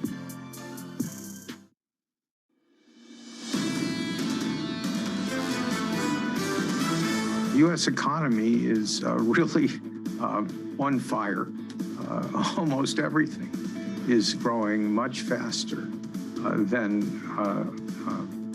almost anyone anticipated. The conversation about crypto is a minor percent of any dialogue we have with any company worldwide. It's just not terribly important. We don't have plans to close full offices and tell people to work from home. No. We want people to come into the office. This is Bloomberg Surveillance, Early Edition, with Francine Lacqua, Matt Miller, and Keely Lines. It's 10 a.m. here in London, 11 a.m. Berlin, 5 a.m. in New York, and 5 p.m. in Hong Kong on this Thursday, June 24th. Our top stories today. Sooner rather than later, the Fed's Raphael Bostic and Robert Kaplan say the Fed could start tightening by the end of 2022, and there's plenty more commentary from Fed speakers today. JP Morgan warns that it may require employees to get COVID-19 vaccines as big banks push to get staff back to work. We'll hear from Barclays' Jess Staley and much more from the Qatar Economic Forum. And the hawk takes flight. The Bank of England chief economist Andy Haldane is likely to use his last meeting as an MPC member to push for a reduction in asset purchases. Well, welcome to Bloomberg Surveillance, everyone. This is the early edition. I'm Francine Lacqua here in London, Matt Miller in Berlin, Danny Berger with me in London. Kaylee Lines off today. Matt, I know we're looking a lot at what we heard from Fed officials basically saying that we could have an interest rate rise as early as 2022, but actually we're not seeing a schism in the markets. I wonder whether or how much of it was already priced in. No schism yet. But we will be watching for one, Francine. We're going to be watching interest rates very closely, going to be watching the inflation versus disinflationary regimes. Do we see a secular shift? We're also looking very closely at who's going back to work. I spoke with Siemens CEO Roland Busch early this morning. He said they're looking for a more flexible solution. So still allowing people to work from home or remotely, as he put it, but also wanting to get people back in the office a few days a week. Let's take a look at what's going on in Asia. Reliance Industries, by the way, is having its shareholder meeting in Asia. They'll talk a lot about work from home as well. They're doing their shareholder meeting, their annual general meeting, virtually for the second time. They used to do it in football stadiums, but obviously the COVID pandemic has been very difficult in India, especially recently. Take a look at what's going on in Asian markets. You see a lot of green on the screen, except for in Southeast Asia, and there you see a lot of red. And the MXAP, the MSCI Asia Pacific Index, isn't doing very well today. If you take a look at the broader market, you see it's up, but only about 0.05%. Look at the South Korean won. It's actually gaining against the dollar. This is a U.S. dollar Korean won, so as the dollar rises against the won, it's falling. As the dollar falls against the won, it's obviously rising. That's why red arrow, but still a green move. And the Turkish lira, I put in there. We think of it a lot of times as European, but I've walked from Europe to Asia and Turkey, so it obviously is spread across both continents. And then you see Reliance right now down 1.25%. Of course, Mukesh Ambani is the richest man in Asia, and he is speaking or has just spoken. You can follow that on our live go, Danny Berger, if you want to watch Mukesh talk. It's very rare that he makes an appearance. Yeah, but I feel like that move on the lira isn't that exciting. I mean, we've seen crazy stuff happen to that currency, Matt. Good point. I mean, not that I want to see more craziness for it. Just saying it could be moving more. When it comes to Europe, though, it is a very positive day. Kind of surprisingly so, considering that we have the concerns around the Delta variant simmering in the background with the EU Commission leaders meeting today. But you have a lot of consumer goods doing really well, so that means you're going to see France, for example, outperform. It's all those luxury companies, the Hermes, the Kering, people still buying handbags, I suppose. But underperforming today is definitely the UK. It's only up 0.2%. 0.2%. And apologies to everybody, I have a very UK concentrated start to my board because we have the BOE today. It's really going to be really closely watched. I can't believe it's Thursday already. I know. How did we get here? How did we get here? But look, the market's been waiting for this, and it's still waiting for this, Matt. It's still waiting for this decision. So basically not much movement in the pound, not a lot of movement in gilts that have been pushed and pulled around by what's happening at the front end of the U.S. curve. And continuing to stick in London, you have LME copper down 1%. We saw stockpiles rise by 20% for copper. So that supply side of the crunch, perhaps it is over, and we can see copper come back down. Good news if you're watching for inflation. And finally, Credit Suisse got an analyst upgrade today as the new chair comes in saying, hey, they're concentrating on asset management. That's good news. Finally, want to quickly look at what's happening over in the U.S. We're looking at S&P futures higher by 0.5%. Really, we continue to see overnight, we get this bid. Sebastian Gailey from Nordea says it is a market in stasis. We continue to want to buy the dip. We continue to have that FOMO driving things. Bloomberg dollar spot weaker this morning. U.S. 10-year yields, there are still sellers out there. We're at one spot, 49.70 rather. And I just want to put the VIX on here because we are so close to a more than 1 year low. We're at a 15 handle on the VIX. Not a lot of volatility, but besides that, we are seeing a skew index that is near a record. So tail risks are in, tail hedges are in, Francine, despite the fact that what we're seeing in the VIX is just complete calm. Everybody is just so zen right now. So zen, apart from the NFTs and the meme stocks, right, Danny. I mean, those are not zen, and they're not chilled at all. They're like on triple espressos. Yeah, everyone wants to buy an NFT. There's one that I'm so excited for today. It's the World Wide Web. We'll talk about it later. I'm very excited for it. I'm creating an NFT for Surveillance Early Edition. It will be ready soon. Danny, there's a lot to watch out for today. At 7 a.m. Eastern Time, we'll get a rate decision from the Bank of England. It's the last meeting for Andy Haldane, the biggest hawk on the MPC. Then lots of U.S. economic data, 8:30 a.m. New York time, including initial jobless claims, as well as personal consumption for May and first quarter GDP. Then more central bank action with a rate decision from Mexico at 2 p.m. Eastern time. No move expected, but it comes as more Latin American central banks have been signaling the possibility of tighter policy. And after the close on Wall Street today, we'll also get the results of the Fed's stress tests. It could lead to the big banks releasing billions of dollars in buybacks and dividends to investors. Now, there's also a host more, or a lot more, Fed speakers today. That comes after we heard from the Atlanta Fed President, Raphael Bostic, and the Dallas Fed President, Robert Kaplan, yesterday, both with the view that the Fed may actually tighten next year. So let's get into the markets. All of this with our Bloomberg MLive editor, Eddie van der Veld. Eddie, what exactly is the market pricing in right now? I mean, 2022, an interest rate hike is pretty significant. Yeah, I think so. And look, if we do get there, that would be a very positive sign for the global economy, just to see, you know, that the economy is ready, has reopened. But, you know, I think there's a lot of COVID fatigue, and people just want to get on with their lives at this point. And if that means people go out and they spend money and they push up inflation a little bit, so much the better. And that would be, I think it would be a very positive thing if they manage to do that. But there's still a lot of water to get under the bridge before we get to next year and those rate hikes. Eddie, just quickly on Bitcoin, I know you're watching closely the cryptos, and we saw that bounce back to 33,000. What are you expecting as we go forward here? That was a bit of a surprise, wasn't it, Matt? I mean, you know, Bitcoin had been testing that 30,000 level for a number of weeks, and it felt like if it breaks through there, that we could see a significant pullback to sort of the mid 20,000s. But it didn't happen, and the buyers stepped in. So I don't know. I don't know that the tests at the downside, you know, are done. But even so, this won't signify the end of crypto. Crypto keeps bouncing back from the lows. I think you and I have talked about this rubber bubble before, and I think this is something that's true in crypto. When we see those big pullbacks, a lot of people see that as a consolidation phase for the next run up. Eddie, I don't know how you can keep so calm watching Bitcoin all the time. I mean, I feel like it's always a roller coaster ride. Eddie, thank you so much. Bloomberg MLive's Eddie van der Walt. Let's go on to what's happening over at JP Morgan, because it says that it might require employees to be vaccinated. It's, of course, of Wall Street preparing to return to the office. Joining us now is Tom Metcalf, Bloomberg UK's finance team leader. Tom, does this seem to be the way that banks are leaning towards in terms of requiring employees to have a vaccine? Yes, I think that's fair. You've obviously had JP Morgan send out this memo on Wednesday, basically mandating employees to fill out a questionnaire on their vaccination status. And before that, you've had Morgan Stanley effectively doing something similar. Other companies, I think BlackRock, are also in this boat. So it does seem to be the direction of travel. And of course, it sort of varies by company and also by region. But it does seem to be that as banks try and get folk back, they're going to sort of be chasing this information, and you probably maybe have a two-step process for unvaccinated employees. They may take longer to be brought back into the office.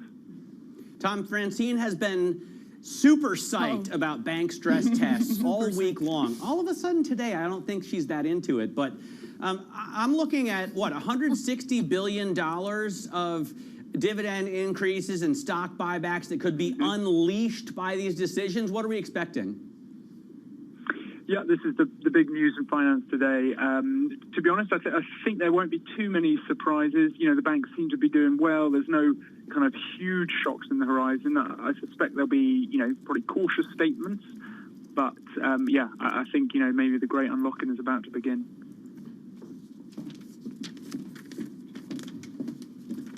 Tom, thank you so much, Tom Metcalf there. Can I just say, on the surveillance NFT, actually for early edition, I have the first bid, guys. I have someone coming in, remains anonymous, for $500, the first bid. So this is really, like, we're branching out merchandising for surveillance. Do we tie ownership of surveillance to that non-fungible token? I'm sure, if the price is right? Am I allowed to bid on this? I mean, I know I, kind of come on now and then. Is it like a conflict of interest if I bid on? We're selling it. No, I want to own it though. What if I want to own it? All right, well, let's go ahead and check in some of the pre-market movers. Keen on this. Yeah. Definitely not. Co-creator of surveillance. Yeah. This is for the early edition. I'm sorry, the bid is for the early edition. Yeah. I don't want to say that that's worth more. Just gonna, leave that one, let that sit. Anyway, looking at Tesla this morning, it is up 3% pre-market. Really interesting to look at the move of Tesla in context with the U.S. ban on some solar panels coming out of China. Tesla, of course, highly involved in this space. Is it the solar ban, or is it an Elon Musk tweet? Elon Musk tweeting about the Starlink IPO that Tesla shareholders will probably get priority on that, so that could be moving it as well. Now, moving on, I also want to talk about some of the meme stocks this morning. We have Torchlight that is moving higher by 3%. They got hammered over the last two trading sessions, losing half of its value earlier this week. So it's coming back from that. It had offered up some new shares, so a slight bid there as well. Finally, Rite Aid, they have earnings later on today. Rite Aid has a very high short interest to it, about 15%. The implied volatility on Rite Aid as well is really high. That's about 15% of a move that we're expecting to see. So shares moving higher ahead of that, up more than 7%.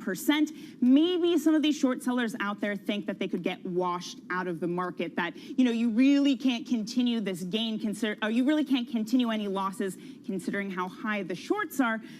So Francine, that might be part of the reason why that this is moving higher this morning. But of course, we'll just have to see what happens with those earnings later.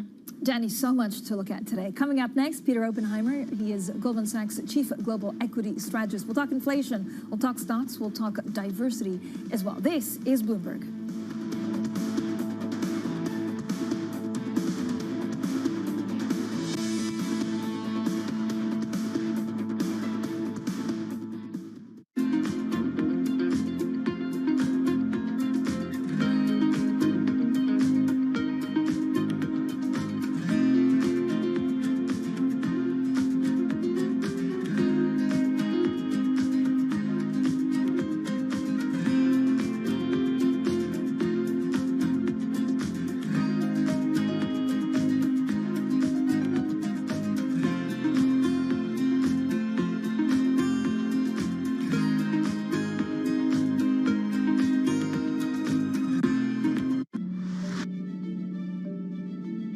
We're now in the early stages of a sustainability revolution. The battery problem may be the biggest unsolved problem in all of technology. Every time the United States has done great transformative things, there's been a partnership between government and the private sector. With a willing partner to ensure competitiveness and draw in investment in the United States, Canada's going to be able to be even more ambitious. The objective for Glasgow, first and foremost, is to keep that 1.5 degree temperature rise within reach. The train has left the station.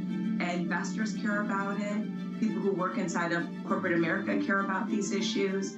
And certainly we see that with just the broader community. There's not enough tax in the world for private sector to pay for all of this. It's going to have to be a public-private partnership.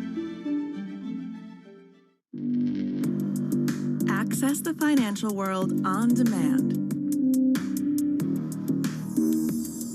Hear from leading economists, policymakers, and industry experts via live and on-demand webinars, only from Bloomberg. Start exploring to see what's moving the markets. Visit Bloomberg.com/webinars.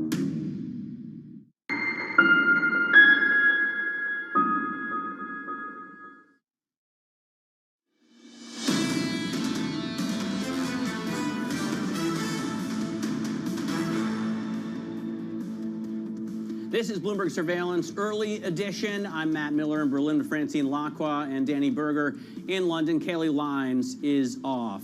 And I'm looking at a chart that shows the differences in valuations between groups of bank stocks regionally. Peter Oppenheimer is our next guest. We're going to talk to him briefly, but he has a great note out saying that you may see a change in leadership in terms of value and growth, but also a split regionally as value and growth kind of meld together. We have seen a real outperformance of U.S. bank stocks. For our listeners on radio, I'll tell you, U.S. bank stocks is represented here by a white line, and it's just taken off as a percentage of book value right now at 137%, whereas FTSE 350 Banks Index and the Eurostoxx Banks Index, they're both floating around 61, 62, 63% of their book value. So still way below book value. And my question to Peter, Chief Global Equity Strategist at Goldman Sachs, who joins us now, is do these European banks start to catch up now as we recover from the pandemic and people start looking at underperformers regionally? Yes, hello, Matt. Good to be here. I think the European banks are quite a compelling value case. Now, of course, they've been cheap for a very long time, and many people saw them as being really uninvestable in much of the decade after the financial crisis. They had to raise more capital, moves to negative interest rates, crushed their margins, and then the pandemic hit and you saw provisions for loan losses. But now they're becoming much more cash generative. They have had a strong bounce from the lows as many people have moved into more cyclical and value parts of the market. But from a valuation perspective, there's still a big catch up to make up for the shortfall with US banks. Now, the conditions are not exactly the same. The US economy is recovering more quickly, although Europe is catching up on that basis. But also the shift in interest rate expectations in the US, which you were talking about earlier, is helping the US banks in a way that we're not yet seeing really in Europe, given that rate rises are still not really a realistic prospect for some years to come. That being said, we do think that they're becoming cash generative. They're in a position to pay dividends again. They look very cheap. And I think that's one of the areas that we would be overweight in the European market. Peter, I know in your note you also talk about the clear distinction between growth and value likely to fade. What does that give way to? I think more of an eclectic mix, frankly. We need to look at this in context. If you look at the cycle that followed the financial crisis, for at least 10 years, we saw a very bifurcated market environment in which things became very factor-driven. Growth strongly outperformed value in every region. And of course, partly reflecting that, the US equity market massively outperformed other equity markets as well because it had much more exposure to growth. Now, why this happened had a lot to do with ever lower bond yields, and that pushed up the relative valuation of long duration assets. It was also a very growth weak cycle, particularly outside of the US, given the many problems that followed the financial crisis, the sovereign debt crisis, collapses in commodity markets and so on. So growth was quite scarce. But then we also had the tremendous outperformance of technology companies and their earnings. And I don't think we're going to see such a bifurcated market now. Sorry. Right. So what does it mean where you see the best value from now on? So here we see a mixture between deep value areas of the market. Banks we were just describing would be one. Commodities, energy, mining would be another similar area where we think there's strong cash flow being generated and some good valuations. Right. But also some of the more defensive growth parts of the market are starting to look quite attractive. They were hit as you got the longer duration stocks selling off a bit in recent months with rising inflation expectations. So we think it's going to be a bit more of a mix. And I think also from a geographical perspective, much more of a mix in performance rather than such a clear outperformance of the US. So with that, if you don't have this clear growth versus value, you have some other things in there. Does that mean it's a stock picker's market now, Peter? Yeah, very much so.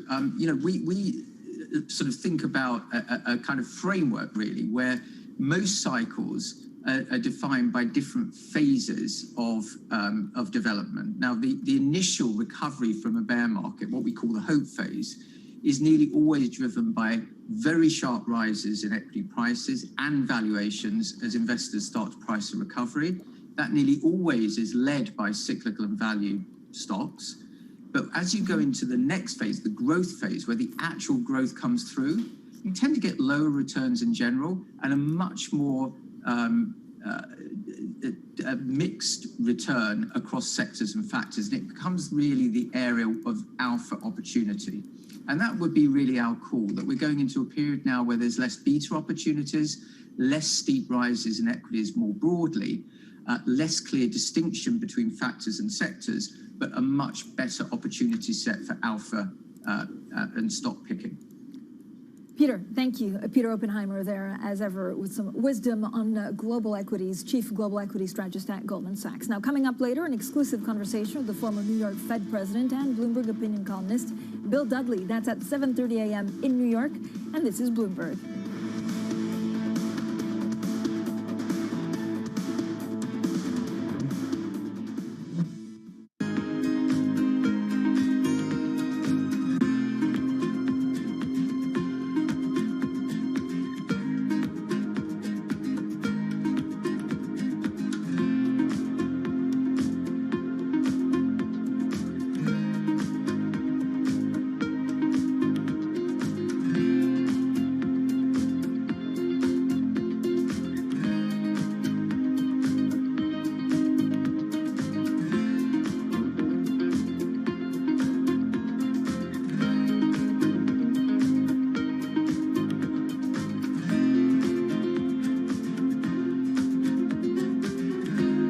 Traders, are you ready to trade Bitcoin? I'm looking to buy Bitcoin, and I'm going to place an order to buy at 33,106. If you're looking to trade Bitcoin, here is your chance, 33,106. Where it is, it's right here. So please place your order, stay with me, and we will go until the end of this trade. We will collect profit. Okay, if you want to find out more about our strategy, you need to go to company.co.uk and you need to get the strategy. Otherwise, stay with me. It's free to copy and paste. As far as I know, you have some little delay on YouTube, about half a minute, 30 seconds. If you will following us on other channels like Twitch, it will be a 2 seconds delay. So we broadcast live through many internet channels, so like YouTube, Twitch, so you can find us on many internet platforms. Okay, guys, I'll speak to you later.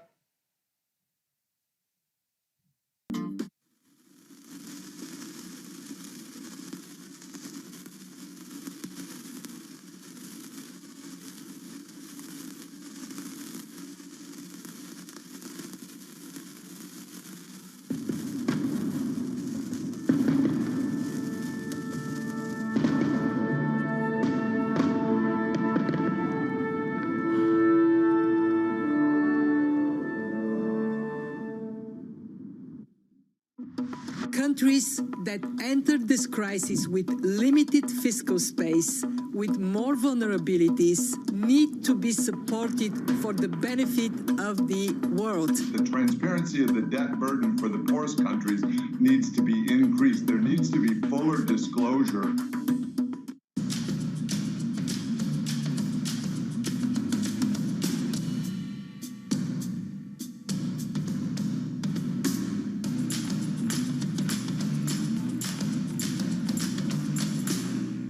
It's really a reminder, isn't it, just how sensitive the markets are to any commentary about trade. We did see some pressure on the yuan, we did see some pressure on the futures. That is now being reversed.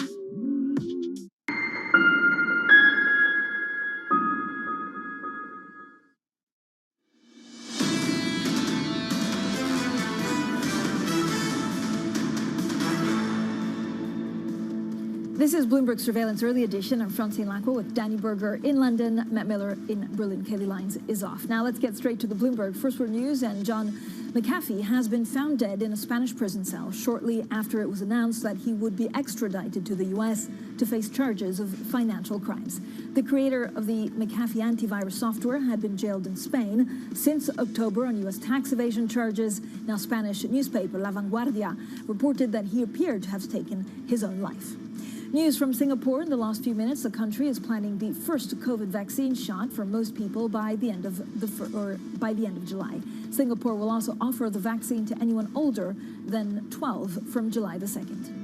And President Biden has ousted the regulator of mortgage companies, Fannie Mae and Freddie Mac, replacing a Trump administration appointee. The move follows a ruling by the U.S. Supreme Court, which rejected a core part of a lawsuit brought by investors in the companies. Shares in Fannie and Freddie each plunged the most in intraday trading since 2013. So there is, of course, quite a lot going on in the financial space, and this was just one of the one things that actually will see a change under the Biden administration. Yes. Yeah, Many definitely. things will probably change. Yeah, and of course, the lingering question, the Biden administration, is what happens with infrastructure. Is it smaller than we originally planned for as well? Yeah, the big one to watch a little bit later as well. Coming up, the BOE decides. We'll speak to Simon Wells, HSBC Chief European Economist. This is Bloomberg.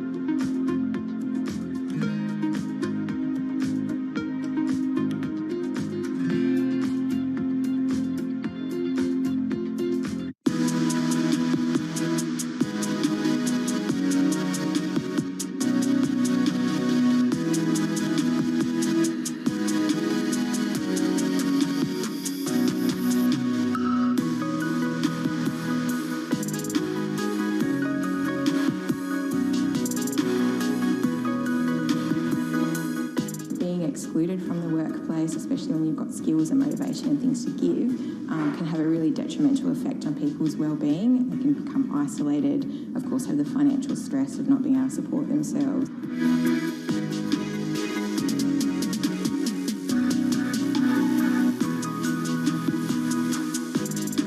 That might be their first entry into the broader community where you're building relationships with workmates, and so that's your exposure to culture and you're starting to feel like you belong.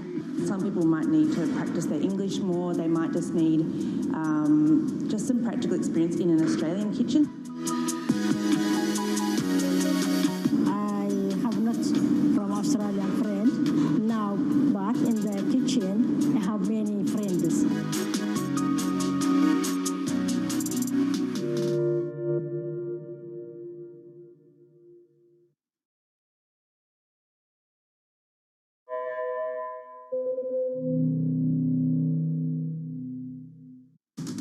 I'm David Weston. Bloomberg Television is reinventing one of the most iconic brands in financial television for a new audience. Join me to see the news program for the clever investor. This is Bloomberg Wall Street Week. Every Friday with 30 minutes dedicated to fixed income, I'm Jonathan Ferro. This is Bloomberg Real Yield.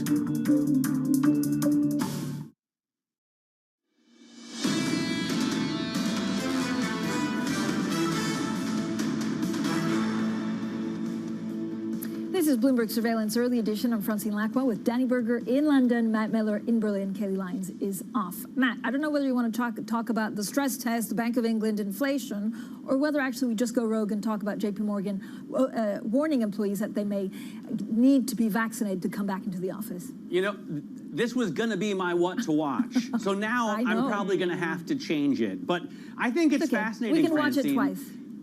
Well, exactly. I think you might see more and more companies start to come out and require vaccinations. And then, of course, you're going to see pushback from people who feel that impedes on their freedom somehow, and then they're going to want to not get vaccinated. So this is why I'm sure someone like Jamie Dimon is going to, even Jamie Dimon is going to try and be very delicate about it. Yeah, I don't know how delicate he has been in the past, actually, through close quarters. So we'll see exactly if this is a trend amongst major banks, whether some of the chief executives will feel emboldened to be tougher on their staff. Danny, what's playing out in the markets? Well, I keep coming back to this idea from Sebastian Gailey of Nordea that it's a market in stasis. I really love that phrase because we continue to see resiliency after some of the turmoil of the past week of people wanting to go in and buy. Both Stock 600 and U.S. futures up higher today, 0.7% and 0.5% respectively. We keep seeing that FOMO, that buy the dip, that what happened yesterday we reverse today. But we are seeing copper head lower by more than 1% today. LME copper, we've seen stockpiles rise. Of course, China about to release its vast reserves of metal, selling into the market, pushing that price down, trying to control inflation. And in that context, what's happening in oil is fascinating. Prince Abdulaziz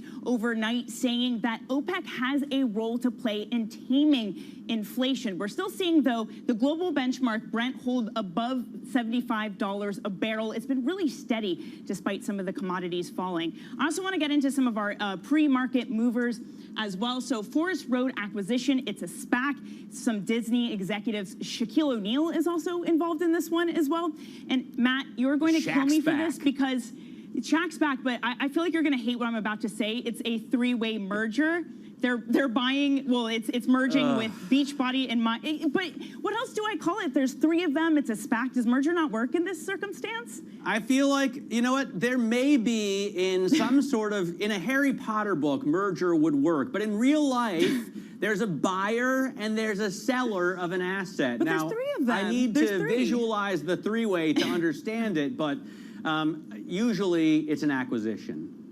Okay. Well, I'll try to figure out who's acquiring who's not merging. Anyway, so that's one SPAC. Another SPAC that's gotten a lot of attention as of late is Clover, up more than 5% pre-market. This one's really fascinating because we had Barry Sturlich, the property billionaire, yesterday in the Qatar Economic Forum saying, Clover is an example of SPACs gone awry. It's crazy that this thing has gained so much. And anytime anyone talks down about it, it rallies. Well, that's literally exactly what happened. He spoke ill of it, and it's rallying so far pre-market. Finally, Sprinkler, an IPO, it's social media management software. It had a downsized IPO, but I think because of that, it got a lot of interest once it finally listed. So shares up 8%, Matt. All right, you know what? My man Curtis has put together a pretty sweet chart for me. Dan Curtis, of course, my charts producer out of New York City. I love his cynicism. I share in it too. Radio listeners, I'll walk you through. Welcome, by the way, on London DAB Digital. What this shows us is the 10-year yield and S&P 500 futures pre and post Fed meeting. Now, of course, it's been over a week, but the point of this is we had some real movement, the 10-year yield jumping and then diving, S&P futures falling and then recovering, and now a week and 1 day later, apparently, I just learned it's Thursday, are right back where we started from, although we do see S&P futures starting to move a little bit higher. I just think it's interesting that all of this, it's much ado about nothing. To quote, I'm going to guess, William Shakespeare. I actually don't know who that is. Not a really literary person. But Francine, maybe you can help me out. Avon upon Stratford, where's William Shakespeare? Is that Much Ado About Nothing? Is that him? It is him. Good job. Actually, when you come to London, I'm going to bring you to the Globe, and the Globe is like the house of Shakespeare. You can actually look at productions by candlelight. I know for a very romantic Matt Miller, that will be perfection. Now, the Bank of England is set to announce its policy. There you go. And the team. Its policy decision today against a backdrop of rising inflation, a growing global debate on the path for monetary policy, and a slowly reopening UK economy. Well, joining us now, Simon Wells, Chief European Economist at HSBC. Simon, I mean, what we're expecting is for the lone hawk, Andy Haldane, as his last MPC, to kind of go out and say, like, we should do it differently.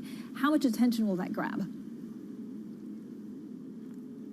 Well, I think Andy's vote won't grab that much attention in the sense that we probably know what he's going to do. The bigger question, of course, is whether anyone else is going to follow him, given that it is his last meeting. And if you look at the news since the previous Bank of England meeting, it's all pretty positive, really. PMIs very strong. They fell back a touch yesterday, but still at high levels. You've got these pockets of tightness emerging in the labour market. Firms being forced to bid up for labour, permanent jobs.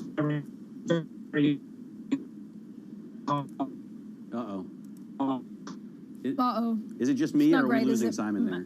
About 1.5%. Losing Simon. Simon, we're kind of losing you. You're breaking up a little bit, and so I'll try and fill some time while our techs work on your connection. You know, we were in the danger zone, I felt like, for a moment. Andy Haldane first brought it up, and then we got that Deutsche Bank note from Peter Hooper and David Folkerts-Landau, and Mohammed El-Arian wrote a column for the FT about it, and then a piece for Bloomberg Opinion. And then the Fed, Jay Powell, kind of opened up a little bit of optionality at the last meeting. Maybe a hawkish turn, but basically spreading himself between the outcome-based framework and a little bit of a forecast in terms of what's going to happen in the labor market. And I wonder if that's made it less dangerous now.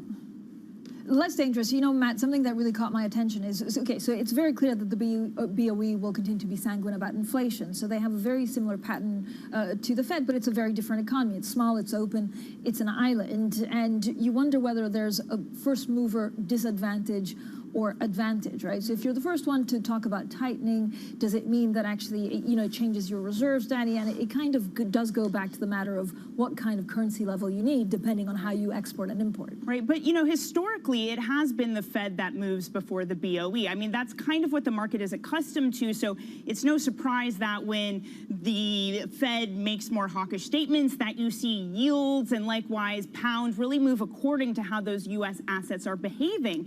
But we've known that some of the emerging markets, for example, went ahead and moved before the Fed. So does the BOE follow that? Of course, as we've been saying, estimates and projections are for them not to, that they're going to stay put. And Matt, I mean, part of what goes into here has to be about what's happening in the Delta variant as well. Yeah, the balancing act. I love the balancing. I mean, it's a nightmare for central banks at the moment. Maybe it is also for some money managers. Simon Wells, I think we have you back. Adventure. Reestablished connection. I mean, is this an adventure for central banks, Simon, or is it just a very difficult balancing act? Well, I've got an old school connection. I kind of missed the middle discussion there.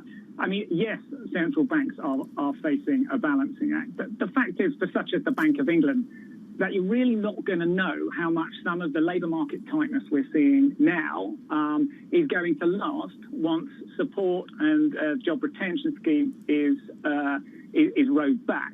And that's not going to be until you get data for September, which isn't going to be a few months until after that. But you've got to act now.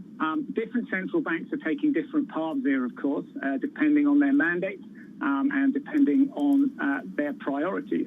But for the Bank of England, it's not an average inflation targeter. It's using a forecast to target. It cannot afford to ignore some of the signals that it's seeing. So I think today it's probably going to have to come out and point to a few more upside risks from inflation, even if, as I was saying before, got cut off. Perhaps no one's going to join Andy in voting for a reduction of QE just yet. Simon, I do want to go back to a point you started to make when we started to get a little bit of a dodgy connection, and that's the departure of Andy Haldane. You, of course, spent most of your career at the BOE. We've talked about what it means generally for policy with him exiting, but what does it mean for the bank as a whole? I mean, I'm sure you've run into him a time or two. Yeah, I worked with him for a long time. Look, this is very much a change for the bank. It's an important point for the bank. It's an important point for Andrew Bailey because, of course, this is the appointment he makes. The other NPC appointments are made by the Treasury. So this is an opportunity for Andrew Bailey really to put his stamp on the bank, decide where he wants to take policy. And he's been around an awfully long time. And, of course, that chief economist really does act as a thought leader for all of the monetary economists in the bank. So it's a key moment. We don't know who it's going to be yet. We had the announcement the other day of the external member. But having been such a vocal hawk, it clearly does change the makeup of the committee slightly. Simon, thanks so much. Simon Wells there, Chief European Economist at HSBC. Now, coming up, concern about bad loans is diminishing. That's the view from the Barclays Chief Executive, Jess Staley. More from our interview next. This is Bloomberg.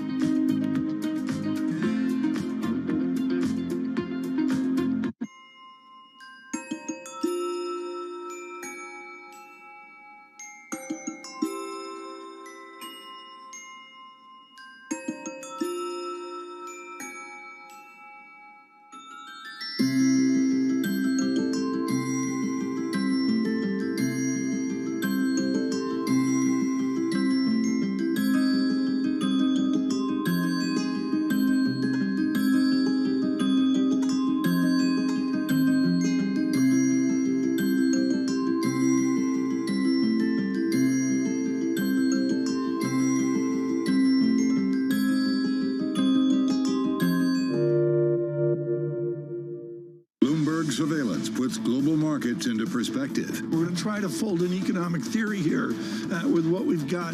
Based on data.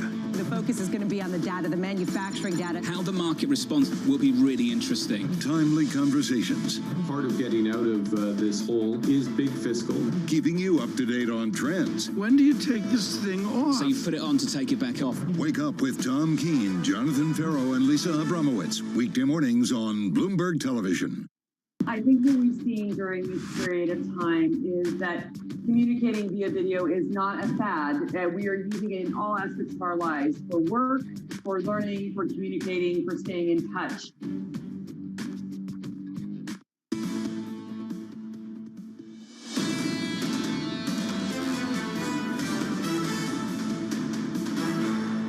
We had a record first quarter. The strategy of balancing a wholesale bank or an investment bank with a consumer business anchored primarily in the UK and the US, I think paid off last year. I think it paid off quite strongly in the first quarter. There's been a softening of market volatility, but publicly available information in terms of our business, whether it's advisory or equity capital markets, has been quite robust. Recently, We continue to be encouraged about the balance, the balance of our business model. And as we come out of this recovery, and companies are doing better and small businesses are doing better, I think the concern around impairment will come down quite a bit. We have a very large impairment reserve. We were very conservative last year in terms of taking impairment charges. And given what we see right now with the economy, that gives us a lot of cushion. Part of our conversation there with the Barclays Chief Executive, Jess Staley, as part of the Qatar Economic Forum. Now, the U.S. is set to ban some solar products made in China's Xinjiang region. This marks one of the Biden administration's biggest steps to counter China's alleged human rights abuses. Well, joining us now is Bloomberg's Enda Curran. Enda, how much was this flagged? Is this really the Biden administration cracking down on China, or was this always going to be the case?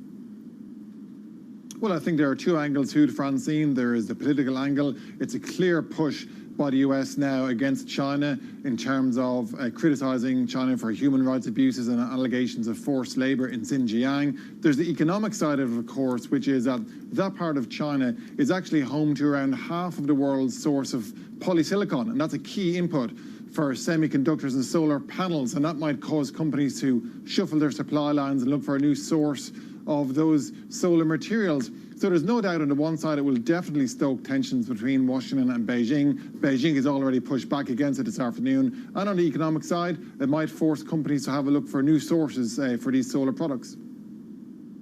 The U.S. is now saying that details of the genetic makeup of some of the earliest COVID victims were removed by the Chinese from an American database. How difficult is this saga of trying to find the sources of the virus in Wuhan?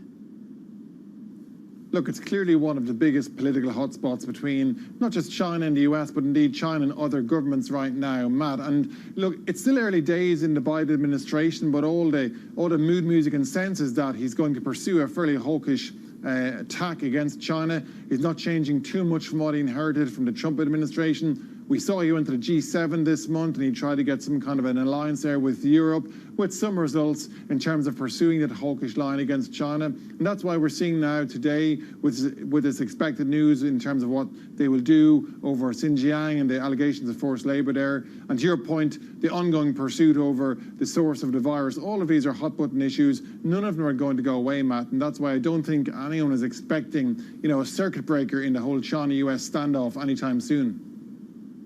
Enda, thank you so much. Enda Curran there, of course, from Hong Kong. Now, coming up, how the possibility of an increase in U.S. capital gains tax is also creating alternative investment targets for the Blackstone Chief Executive, Stephen Schwarzman. More from our interview next. This is Bloomberg.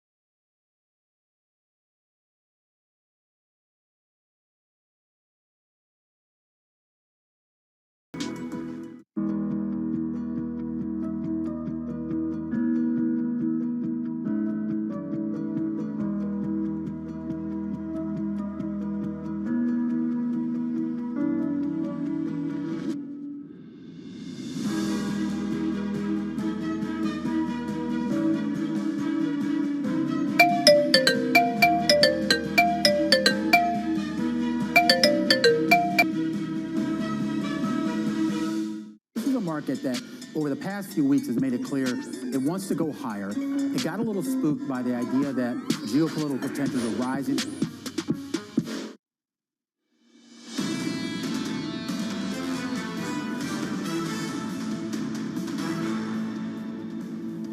This is Bloomberg Surveillance Early Edition. I'm Francine Lacroix with Danny Berger in London, Matt Miller in Berlin. Kelly Lyons is off today. Now, Stephen Schwartzman says the risk of an increase in U.S. capital gains taxes may lead to an avalanche of opportunities. The Blackstone chief executive spoke to us from the Qatar Economic Forum. We've been through these periods of higher multiples, and it leads to a certain type of caution, but it also presents a lot more opportunities because prices are higher, more people will sell. What we've learned is because we're fundamentally in the private markets, is that the only reason to buy something is to make it much better. We're in the business of accelerating growth of companies and of real estate that we own. And so it's unlike stock investing where you buy it and you hope it works out. We're change agents. We believe for good. And if we can put more money to grow businesses, then we can deal with some of the issues of higher prices by accelerating growth, which gives us more protection on the downside. With the prospect of the United States potentially increasing capital gains taxes very significantly, it's really like an avalanche now of opportunities of people want to sell things before their taxes are much higher for selling the same thing potentially next year. And so it's giving us a lot of opportunities. And what we have to do is be careful, always have a very exciting plan for growth. By the way, that results in us hiring more people. So this is good for society, and hopefully it's good for our clients who typically are large institutions like QIA. Your Excellency, how far along is the QIA in actually try to diversify its portfolio? So I know you've planned to boost investments, for example, in technology and healthcare. Is that done to a level that you're satisfied with now? Not yet. I think we have been deploying and focusing in technology and healthcare. Within the last 2 years, we have deployed in technologies more than ever before. I think the sectors is promising, especially if you really targeted a certain segment within technologies. And I think it's the sectors is you know have grown to stay. I don't think so. There is a risk, perhaps in the short term, with the inflation in mind. Even though I'm not really concerned about it, I think it would be a temporary basis. But as you know, it's the era of technologies, and a portfolio without a huge component of technology is not really a balanced portfolio. Well, that was the Qatar Investment Authority's chief executive speaking at the Qatar Economic Forum with Stephen Schwartzman. Now, we should note that Qatar is an underwriter of the forum. Right, it's early in the morning, so here's a look at what else we're watching today. And I know, Danny, I've been waiting for the story all day. You're watching NFTs. Yes, I am. Okay, and total transparency here, I'm not totally sure how I feel about NFTs. Of course, I'm really into the idea of a surveillance one, but this one I think is so fascinating. So it's from Sir Tim Berners-Lee, and he's going to be auctioning the original source code for the World Wide Web. I think that's really cool enough on its own. That auction starts later today, but also the winning bid gets a letter from Berners-Lee, which is, quote, reflecting on the code and the process of creating it, and a 30-minute long video created by a graphic designer that shows the code being written. Matt, I think this is so cool. If I had a ton of money, I would absolutely bid for this. I still don't get the actual ownership link. Like, is it copyrighted? Do you then own the copyright? Or is it just like a digital certificate promising that it's yours with pictures? I mean, it's kind of bragging rights, but it's also you get these extra benefits with it. Well, I like extra benefits, so I'll watch that as well. Speaking of, President Biden has welcomed a group of senators, invited a group of senators back to the White House today to talk about a $560 billion infrastructure deal. It's considerably smaller than what he wanted, of course. We're talking about a spread out over 10 years here, but Senator Rob Portman, Republican of the great state of Ohio, says we are very, very close. So he is optimistic that they'll get a deal. And I guess, you know, the fact that Biden invited them back after talking to them all day yesterday must mean he thinks that there's a way forward as well. So I'll be watching that. NICNG, Fran, as I tell you, NICNG, to watch that on the Bloomberg. Danny was making me actually think we should do a segment. If you had $100,000, what would you spend it on? I would not choose NFTs, but it'd be a great segment. We start it from tomorrow. I'm looking at the Bank of England balancing this recovery boost against inflation. So we have a full decision guide. What we're expecting from them is really this balancing act to keep the economy recovering whilst limiting inflation, but also limiting speculation about rising interest rates. So we'll see exactly what we hear, of course, from the central bank, but also what Treasury does to maintain stimulus until the recovery here in the UK is more entrenched. So that's coming up shortly. This is Bloomberg.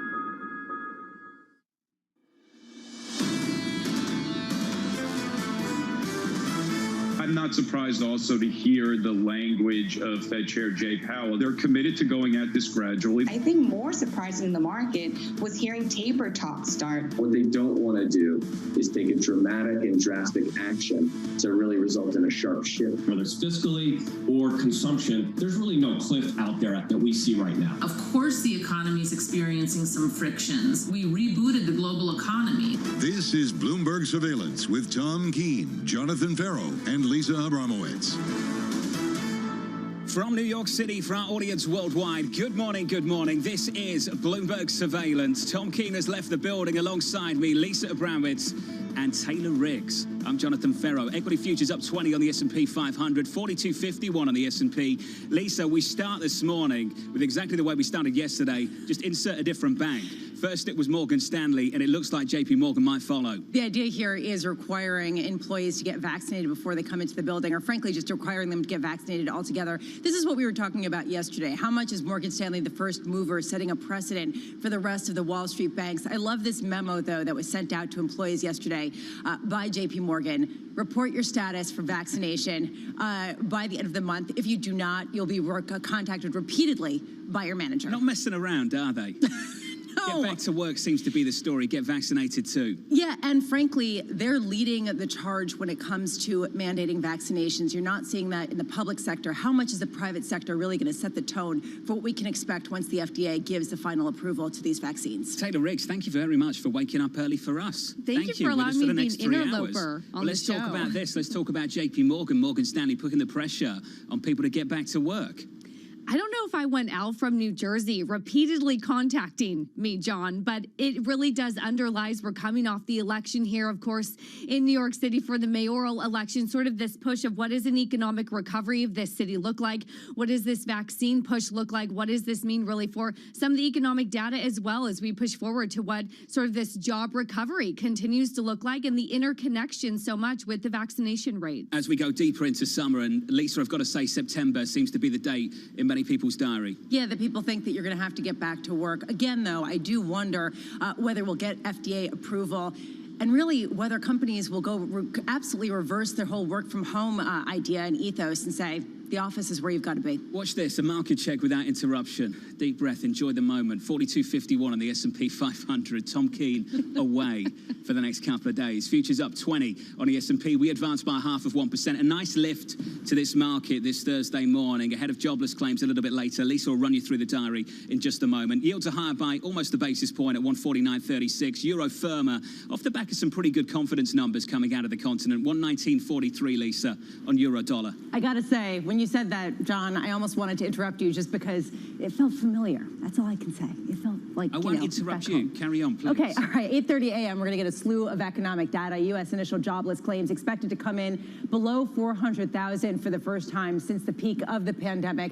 Also getting the first quarter GDP figure. This is the third reading, expected to be largely the same at this incredibly high pace of more than 6%. However, there could be a downside surprise when it comes to the trade dynamic here, given some of the imports and, frankly, the lack of exports amid some of the supply shortages. 1 p.m., this is the exciting auction. The U.S. is planning to sell $62 billion of 7-year notes. This is the Treasury auction that has been the most volatile. However, yesterday's 5-year note sale actually came in relatively stable, a little bit weaker in certain of the internals, but still definitely solid demand despite some of the rhetoric around hiking rates and tapering some of the monthly bond purchases. And 4:30 p.m., the Fed will release the stress test results. The expectation is for all 6 banks to pass with flying colors and then for them to possibly even double their dividends and stock buybacks over the next year. My question is, how will the markets respond? This expectation is baked in. How much will this give a boost to bank valuations if this does come to pass and they do pass the stress test? Or, John, how much is this basically par for the course? Well, let me ask you this. You're more interested in how the market responds or how Washington responds? Well, at this point how the market responds, because honestly, there's so many priorities in Washington, D.C., whether it's infrastructure or frankly, big tech, that's more in their crosshairs right now than Wall Street, that yeah, you're going to hear Senator Warren come out and say, how can they be making so much money and do all these stock buybacks? But it's going to be more sound than really than actually coming through with anything. The Twitter account of Senator Warren, one to watch maybe a little bit later this afternoon if you like that kind of thing. Hugo Rogers joins us now, Dowtech Bank and Trust Chief Investment Officer. Hugo, great to catch up as always. Had a week of a little bit of volatility. I guess my first question for you is it a bump in the road, or are we just on course for more of the same? Is that what the story for this last week? We think it's a bump in the road, to answer your question directly. Good morning, everyone. Thanks for having me. The bump in the road is the road to recovery and inflation. If it's not a bump in the road, then effectively people's assessment is that this is already the end of the cycle. When we haven't even started, unemployment is still above 6%. We've still got 8 million jobs to get back in, 8 million workers to get back into the workforce, 8 million jobs to create before we start getting into the cycle. For us, it's difficult to imagine the cycle already ending when there are no rate hikes due, even on the more hawkish forecasts you saw last week, till 2022. So we think it's a bump in the road. We think people got overexcited about inflation. We've always been telegraphing our view that inflation is normalizing. It's not breaking out aggressively to the upside. There's no reason yet to doubt the transitory assessment of the Fed. Well, Lisa's written about this recently. I'll ask you the question, and no doubt Lisa's going to want to follow up on it. What does it tell you that we had the kind of moves we had off the back of a very incremental move in the communications from the Federal Reserve? Yeah, I mean, it tells you that there are a lot of passengers on one side of a ship. You saw the open interest in the Treasury market. There was a squeeze available there. There's actually a shortage of inflationary assets. Your introductory piece spoke about banks. Obviously, everybody knows about the buybacks. But the main vehicle or the way people use investments in banks is as an inflation hedge, because banks are used as they're lending longs, they're borrowing short, lending long. They're basically play on the yield curve. So that yield curve flattening was very bad for that. But it speaks to a dearth of true inflation hedges, and people got on one side and were surprised that inflation may be actually benign, which we think at the moment it's not exactly benign. There are risks to break out to the upside, but core inflation at 2.5%, if you adjust for the base effects, that is normalization rather than any kind of panic situation.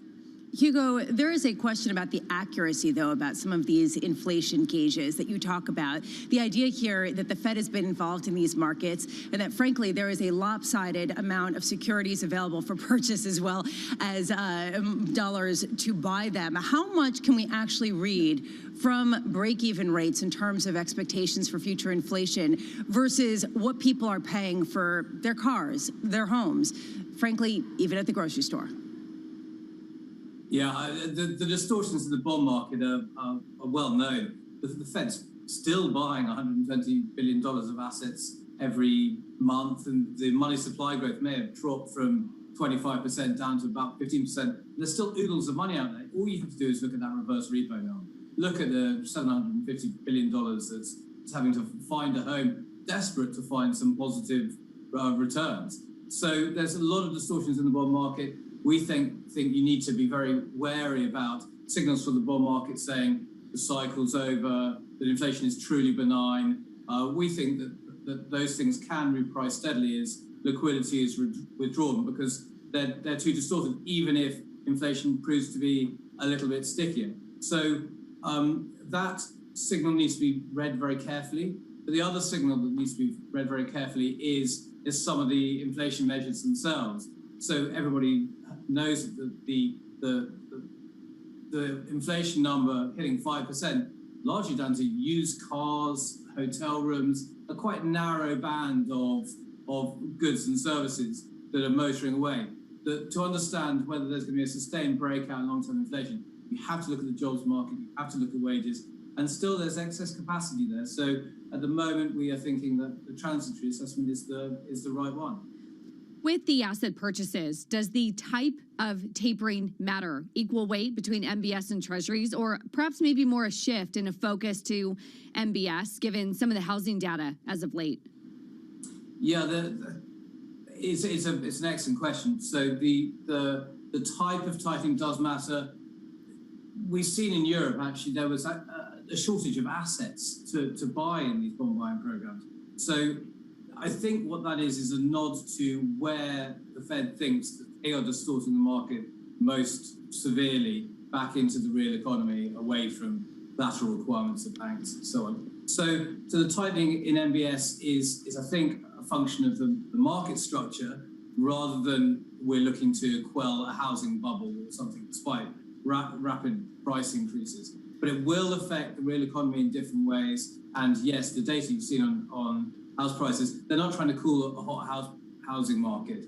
Actually, what's happened is prices, input prices, and house prices themselves have started crimping demand.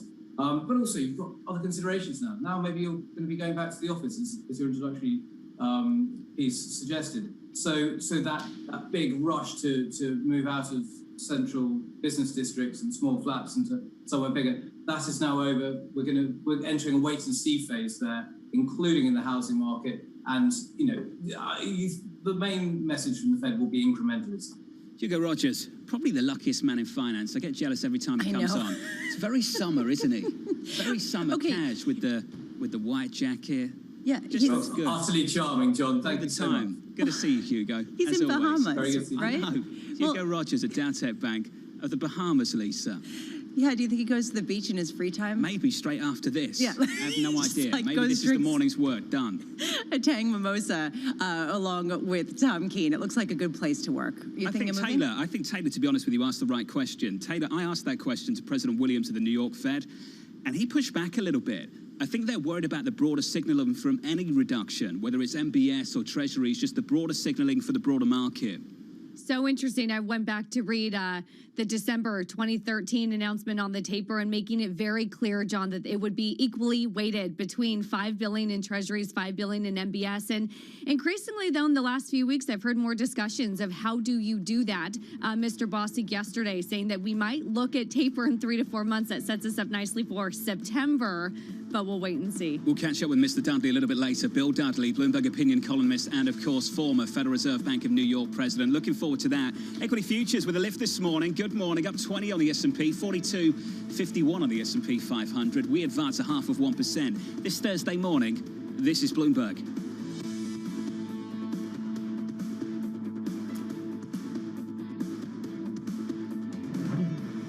With the First One News, I'm Rich Gupta. U.S. officials are confirming that details of the genetic makeup of some of the earliest samples of coronavirus in China were removed from an American database where they were initially stored at the request of Chinese researchers. The U.S. National Institutes of Health says that the data, first submitted to the U.S.-based Sequence Read Archive in March 2020, were requested to be withdrawn by the same researcher 3 months later. South Africa's daily COVID-19 infections rose to nearly 17,500, the highest number recorded in the country's third resurgence of the virus, according to the National Institute of Communicable Diseases. With 1.86 million people infected and more than 59,000 deaths, South Africa has the highest number of confirmed coronavirus infections and deaths on the continent. Bullish, a cryptocurrency exchange backed by a group of billionaires, including Peter Thiel, is in SPAC merger talks with Far Peak Acquisition. Bloomberg's learned the deal could value Bullish at nearly $12 billion, with an agreement possible in the next few weeks. The final valuation could change depending on the price of Bitcoin. And Bloomberg has learned that Hong Kong's Lala Move has filed confidentially for a U.S. IPO. We're told the logistics and delivery firm is looking to raise at least $1 billion in the share sale. Lala Move provides on-demand van hailing and courier services across Asia, Latin America, and the U.S. Global news 24 hours a day on air and on Bloomberg Quick Take, powered by more than 2,700 journalists and analysts in more than 120 countries. I'm Rich Gupta. This is Bloomberg.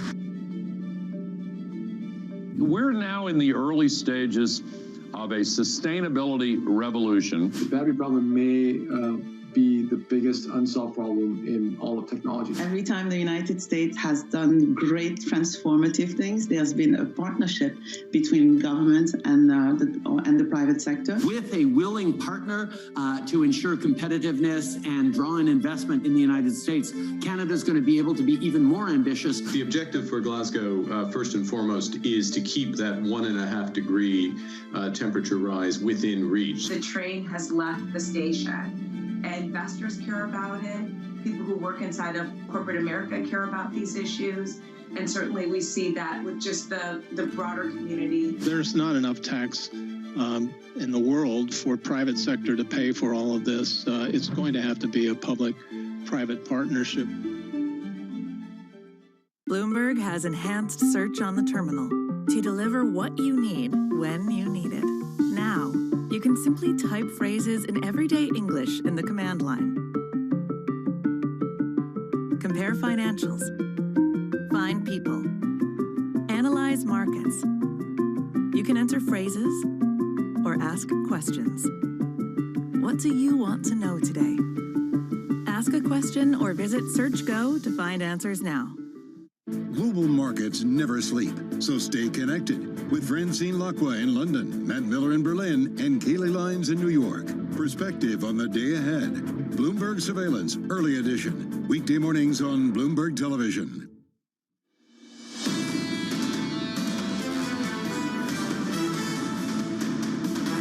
There's trillions of dollars of assets under management now calling for greater and consistent disclosure around climate risk.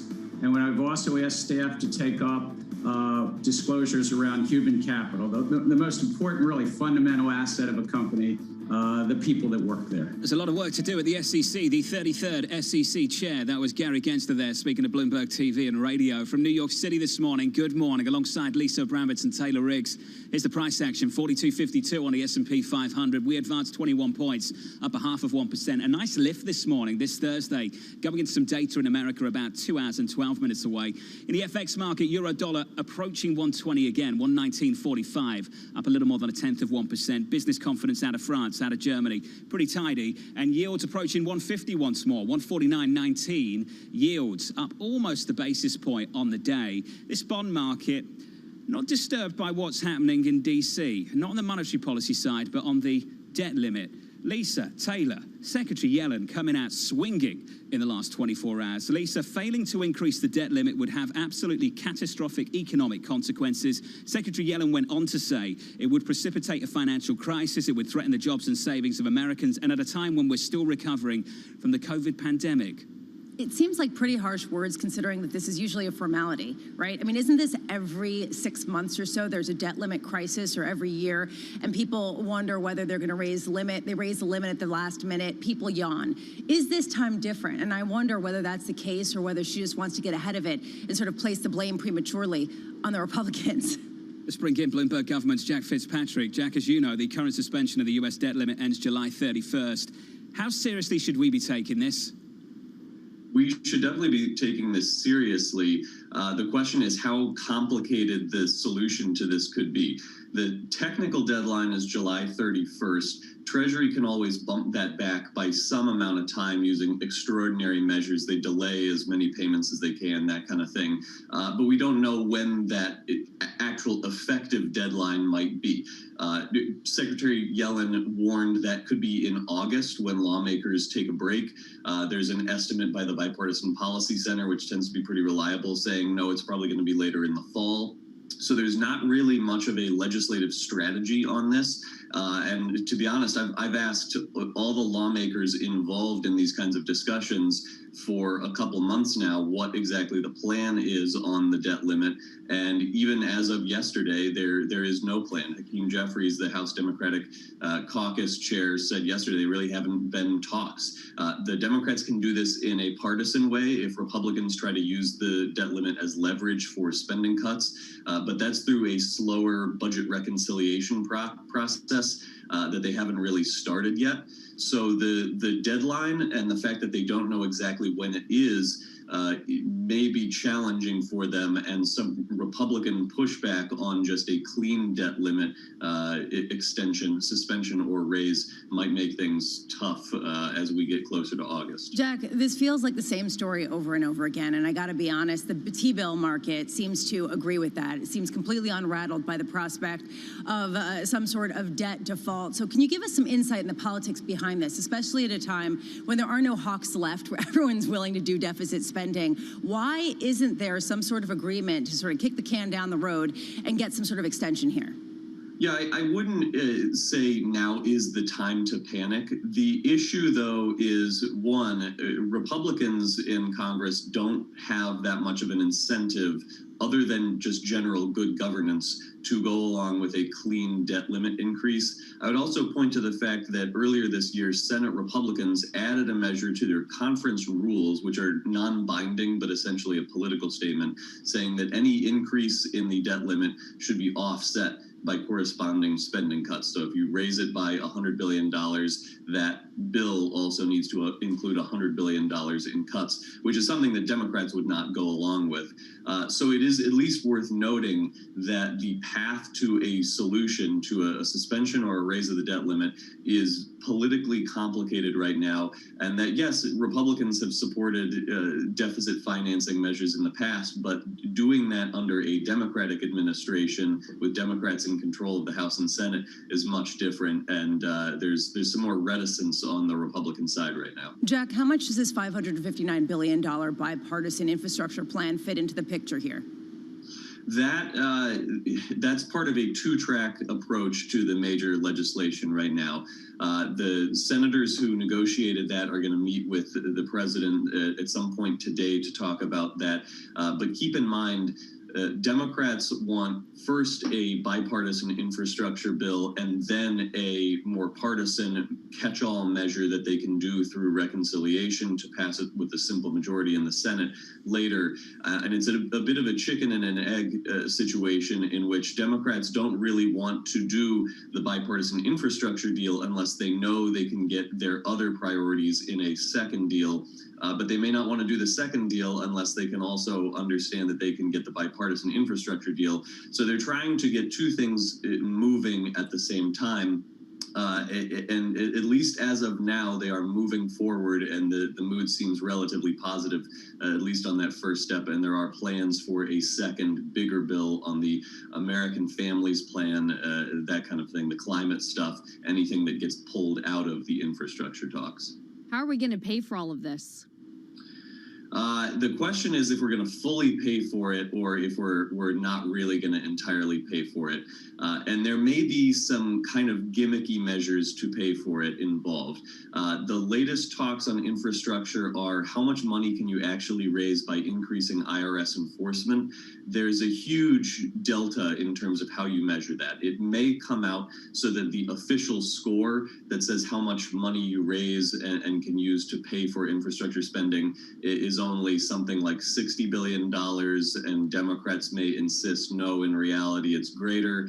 There are conversations among Democrats right now about a big legislative plan, infrastructure, and their other priorities that is about halfway paid for.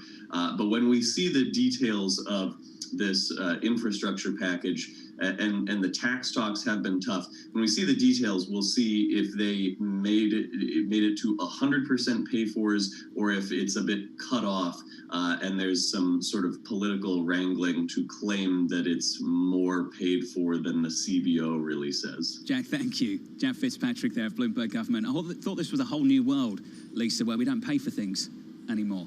I know, that's what I kept saying. Why do people suddenly care about it? And I'm not even being snarky. The reason I say this is because from the bond market's perspective, this was meant to be the story we confronted through 21 into 22, and that seems to have changed pretty quickly. The whole idea of modern monetary theory, just print more money and you'll be fine, and it seems like it has worked in terms of bond prices not declining too much, yields staying pretty tame, and yet the hawks are coming back. People Taylor, is this one of the key variables for you? Just the uncertainty for this market, for the outlook, the lack of clarity on the fiscal path? I am dying a slow death, John. Just watching these talks. Somehow you have to pay for it. I mean, eventually, All the analysts say there'll be enough dollar weakness that we finally realize that someone has to pay for it, but not now in wartime, John. I thought you were dying a slow death because it was just boring watching these negotiations go on and on and on. I hope it's not this show. Taylor, thank you. Coming up, Danny Blanchflower, formerly of the Bank of England, ahead of a BOE decision. This is Bloomberg.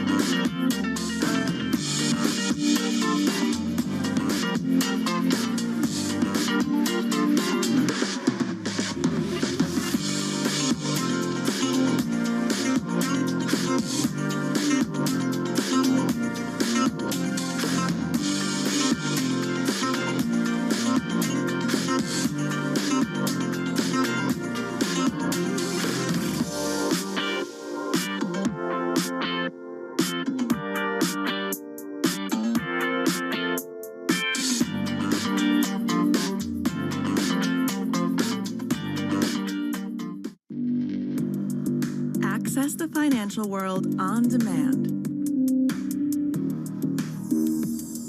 Hear from leading economists, policymakers, and industry experts via live and on-demand webinars, only from Bloomberg.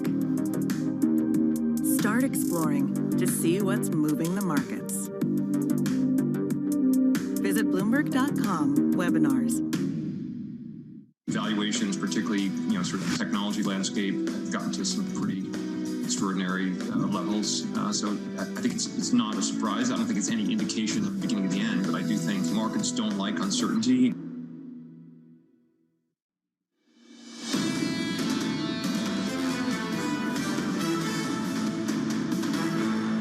From New York City for our audience worldwide, here's the price action this Thursday morning. Equities up 21 on the S&P, a nice advance, 42.52 on the S&P 500, up about 0.5%. Your all-time high on an intraday basis, 42.57. Look out for that in today's session. Switch up the board and get to the bond market. 2s, 10s, 30s. At the front end, elevated. We have a heartbeat in the chart of a 2-year yield. Lisa's been running you through that over the last week. Right now, about 26 basis points. We drift just a little bit higher again. The likes of Bostic talking about a hike in 22. The likes of Kaplan talking about a hike in 22.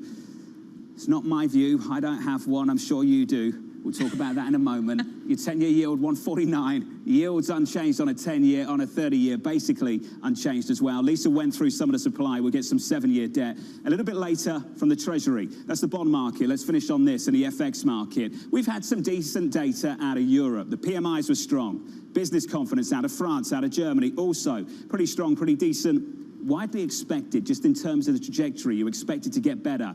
And the moves in foreign exchange, I've got to say, Lisa, they've been pretty muted. Euro dollar 119.46, up almost 0.2%. Even with that decent data, it's just shrug of the shoulders as you were.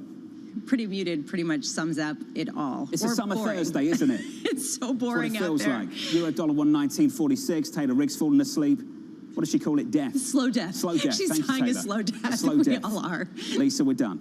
Yeah, we're done. I will just say, you mentioned the Fed speak and how nobody seems to care. Sven Henrik on Twitter put out this comment. I think we should just move to 24 Fed speakers a day, every hour of the day, to keep us updated on progress. The more they say, the less they actually say. Danny Blanchflower, Dartmouth professor of economics and former Bank of England Monetary Policy Committee member, joining us now. We were just talking about how there is not much being said that is new. However, we may hear something in a half-hour time from the Bank of England when they release their rate decision. You're looking for a potential policy error. Can you explain? Well, both the Fed and the Bank of England are struggling in the dark. We've never seen anything like this. And the best thing is to simply wait and see. So any suggestion that they have a clue, I mean, people say things like, I think we're going to tighten in 2022 and 2023. Well, they're just kind of winging it. I think that the potential error here at the bank is to say that they're going to start to perhaps do less QE, sort of stop it by August rather than December. As the economy goes into lockdown, the data really are very confusing. So I think the sensible thing for them to do is to say, we're continuing, we're waiting, and we're watching. Two people are going to leave the committee. Haldane, this is his last meeting. Lige leaves in August and we get Catherine Mann. So I think the right thing to do is to just say waiting, watching, and signaling that they have a clue what they're going to do in the future, I think would be a major error. Well, Danny, I got to think that all of the discussion that we hear out of Fed officials, out of Bank of England officials, basically gets shrugged off by markets, because until Fed Chair Jay Powell speaks, no one's going to listen. Basically, he's going to lead the charge globally when it comes to tightening, and until he does so, you know, these members on different central banks can say whatever they want. No one will believe them. Isn't that the case? Well, I think that's right. And I think in many senses, Jay Powell